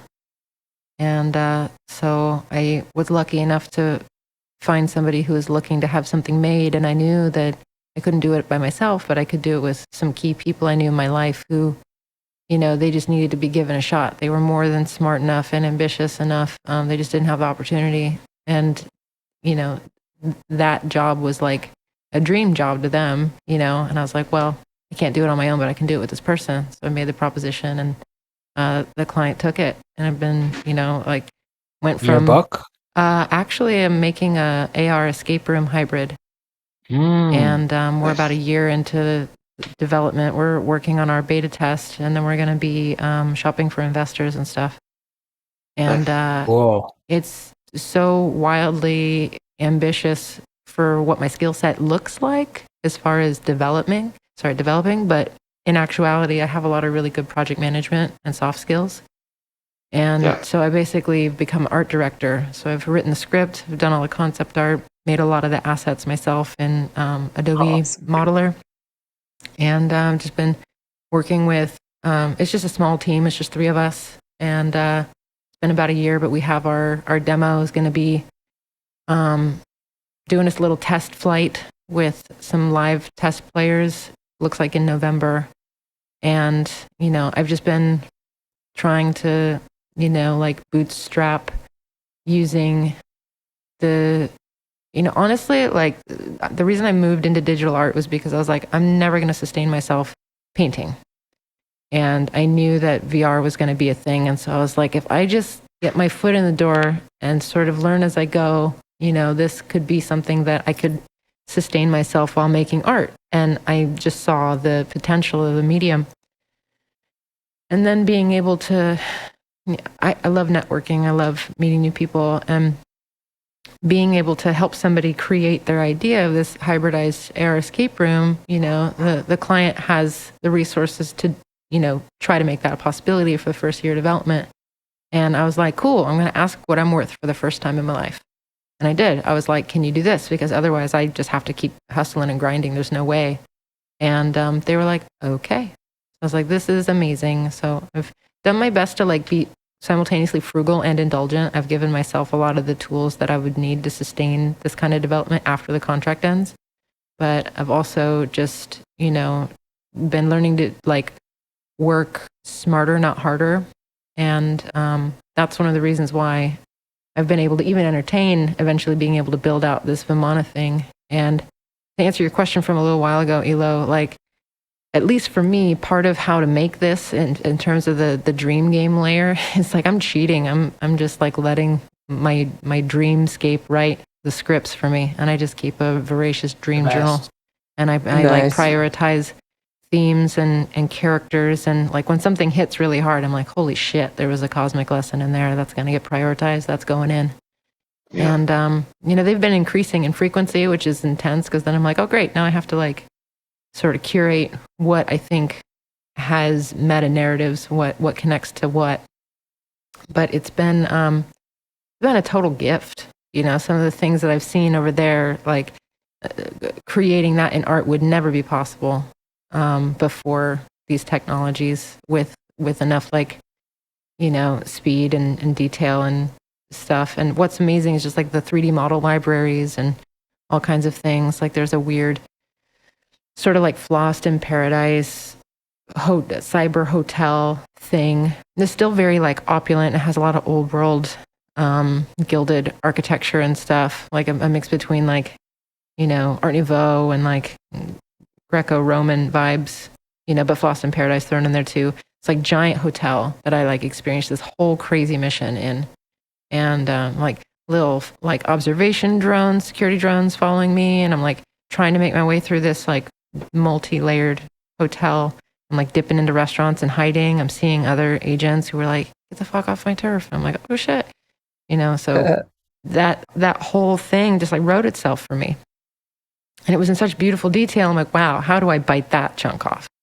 And it's like, well, luckily, like I can kit bash tons of models from TurboSquid or Sketchfab or things like that, and then depending on the program, like, just import them, modify them, add stuff on and like slowly build out maquettes. And then once I have something compelling, like maybe bring in other artists to help tinker with it, and like somebody else will figure out colliders, maybe somebody else will figure out texturing, and if I can just like get the ball rolling and part of the way, different skill sets from different folks make it a little easier, but it doesn't hurt having good ideas and people who like them or believe in them. And like for the first time in my life, I have a tiny team and it feels really good because I was like swimming alone for a long time in terms of collaboration. And I just realized that like art lifts us all up. So much of it is just like being willing to climb, Mm-hmm. like that's it. Like I just know that I need to get up that cliff face there. Yeah. I don't know how I'm going to get up that cliff face, but I'm going to get up that cliff face. And then you just start going. And I like totally get it. And it's one hand grip at a time. Yeah. And many of the big ideas cannot be done alone. Mm-hmm. They just can't. All of them. Mm-hmm. Yeah. All the big ones, Yeah, for sure. We're always going to stand on many shoulders and you need a team to do it. Yeah. Well, honestly, like just look at the movie credits, Yes. Actually, like that came up today. We're formulating like our little end menu credit screen for the thing today. And, one of my favorite parts about video games is the end credits. There's something so beautiful and like nostalgic about it.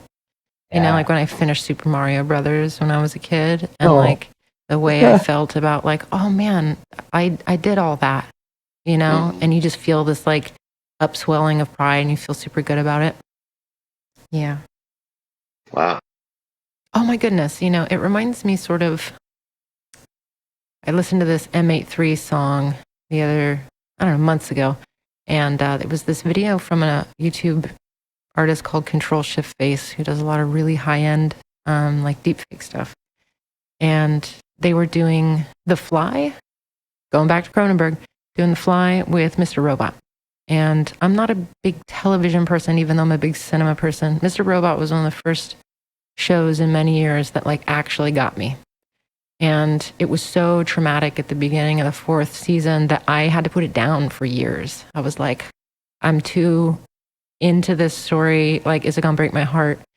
And it was only recently, I was going through a lot of really challenging things with family illness and stuff. And I was, just processing a lot of cosmic stuff. And I was like, you know what? And it was at the outbreak of the conflict in Europe. And I was like, you know what? I'm going to pretend like the world could end tomorrow. I need to finish that series. It's one of the best pieces of art I've ever seen. And, but I had recently seen that Fly Bash with Mr. Robot. And there was a song in it, M83's, what is it? What is it fucking called? I might have to look it up. Let me see. Pardon me. It's so good. There's this like theory I have about how music is cargo culted higher technology. It's like angelic technology that shapes emotions and consciousness. It's called M83 Outro. And it's easily one of the most beautiful pieces of music I've ever heard in my life. And there's this quality to it where like, when you listen to it, you know what it's about. You can barely understand any words. It's very like dreamy and abstract, but like on a melodic level, it just communicates what it's about without even understanding the words. And I was listening to it in the Control Shift Face video that had Rami Malek's face on Jeff Goldblum's face. Handsome men, they are. And there was this I was just so emotional. I was like, holy shit, this is a piece of art. This is really, it was like existential crisis material. Just looking at how sophisticated technology could be to completely mesh, that guy's face into the fly. And like the music outro was so fitting and just like heartbreaking, the depth. Because if you've seen The Fly, like he's really trying to tap into this evolutionary primordial substance. He's trying to be like transhuman more than human, transgenic. Like, he's realizing the Promethean fire of it. And he's like kind of manic with it in his transformation before he realizes it's killing him. And highly recommend it. Super cool. But when I was finishing Mr. Robot, I didn't realize that the song M83 is actually used in the final scene of the final episode, the series finale. I didn't know that. And I've like invested so much emotional stuff into this show. I love narratives that are just like well done. The whole reason I started watching it was because I was reading an interview with the director, and he said that he wanted to end it in 4 seasons. He wasn't going to drag it out. He wasn't going to ruin a story or character arcs just to keep something going, because life doesn't work that way. And so I was like, all right, I like that ideology and approach in art. I'm gonna try it out. So I'm watching the end of this series, and it was so poignant because I was dealing with a lot of life and death in my life, and it was like really healing. And it was healing, and I might get choked up. It was healing in the sense that like when I heard that music, it really felt like somebody reflecting on their life. It felt like the end credits to somebody's life if their life was a movie, and they were like, being present with it. And I like the idea of us realizing that we're writing a really beautiful story, and that there's a sense of like nostalgia in the moment, noticing how beautiful a present moment is, and that it's going to be like a memory later in life, and that it might be a part of that nostalgia when you like reach the end of the chapter. If a life is just a chapter, which I personally believe that it is. But there was like such magic in the quality of music to be able to communicate a complicated concept like that without understanding any words. And I realized on some level that like human music is cargo culted angelic music. And I feel like the ancients understood that in a way that we're only really just rediscovering. And I think that being able to see that narrative structure in something like a game, just even with like a childhood memory, like I was talking about with the way I felt finishing Super Mario Brothers, and kind of like pulling the focus back out and feeling it as like a big kid concept with my experience with watching Mr. Robot. And even anticipating the use of that song before a single note dropped, watching the ending. I'm watching it and I feel the emotion. I'm like, holy shit, like Elliot's having this moment. Pardon me. And even before the first note dropped, I knew the song was coming. I realized why it was in the Control Shift Face episode of that guy's, like deep fake thing. I was like, holy shit, that's why that song was in there. They're about to drop that song. And then they did. And I was just like, oh, it's the end credit. It's the, spoiler alert, Elliot like dies / wakes up, whatever. But super beautiful, like easily one of the more profound moments for me in the past several years of my life. Like it doesn't seem innately psychedelic or visionary, but really just ties into this idea of a meta narrative, and that like we're living in a story that we're writing as we live it. I've made it almost to the last episode of Mr. Robot. Don't worry, I didn't spoil it. No, it's okay. We all live and die, but yeah. We were watching it, and they took it off of whatever streaming service it was on. I couldn't get at it. So the implications of that are huge. I mean, we've thought of that many times, but it's really such a basic thing that you could meditate on that your whole life. I think life is a meditation on that. Yeah. Yeah. That, the essential that you're creating your reality. Life is like a lucid dream. Mm-hmm. Oh, yeah. I mean, that's the basis of Tibetan dream yoga, is that like, it's not even about, necessarily the work that you do when you're dreaming. It's to realize that life is a dream. Right. And so if you can like reprogram not only the way you react and respond in your dreams, but that folds over into your waking life. Yeah, Sunbo mentioned something to that effect the other day, and I was like, yeah. Yeah, well, so that's what brought it to the top of my mind. My girlfriend Sumbo, she was doing a full day meditation on just life as a lucid dream, and that got me back into it. I'll have to share the Tibetan lucid dreaming, the dream yoga playlist that I was cobbling together on YouTube. There might be some good stuff in there. Well, there definitely is, but as far as like what resonates with each of us in any particular part of our meditation on it. Yeah, this has been amazing. It'd be fun to do, like you're saying, Sarah, a series Oh, like that's the this where plan you for sure. combine different Yeah. artists. This I is also probably thought- going to be like 3 or 4 parts, just to be fair to people. Yeah, and I think you could even clip like little 5-minute chunks. Oh, that's the plan. 15-minute Yeah, chunks. we're gonna. Yeah. This is like little dream seeds, you know. And I'm gonna sprinkle Totally. them. I feel like a lot of the work Totally. that I've been doing over the past 2 years developing the channel has really led up to moments like this, you know. And our work together last year on your interview was the first interview that I did for the series, and so I'm just really grateful to have been able to like start that thread with you, and then also be able to like, you know, continue the interview series, but then also this is the first panel, and I feel like as amazing as our conversation was last year, this is like fourfold, you know. We got so many other minds here to share insights about these little rabbit holes. But some of the folks that I have tapped for future episodes are, you know, friends of ours and other parts of the community. So I'm really excited about what we'll weave together. But yeah, I'm gonna that'd be awesome. do my sweet little patient familiar favor, and she was being cute and meowy and rambunctious earlier, and she wanted my attention, and then she calmed down. So I'm gonna show her how much I appreciate her and go play with her before we both go to Dreamland. Thank you guys so much for carving off so much time. I know that it took a little while to like wrangle everybody's schedules, but this has been honestly like I've been looking forward to this for months. It feels so special, and I'm so grateful that we were able to make it happen. And I just want you to know that I appreciate each of the missions that you bring to this world. And I think that, you know, that the stuff that we're doing is so imbued with meaning that like I'm totally going to just like cry myself to sleep out of joy. So thank you. Thank you for your time and sharing what you do with us. And then I'll just keep everybody posted when we want to do more, and we'll get some other friends, like, you know, just name drop, like Carrie expressed interest, and Brian Pinkham, who is his LED artist that works. Brian. Yeah, Brian's wonderful, and he had a crazy experience. I want him to tell us about him surviving Burning Man last year.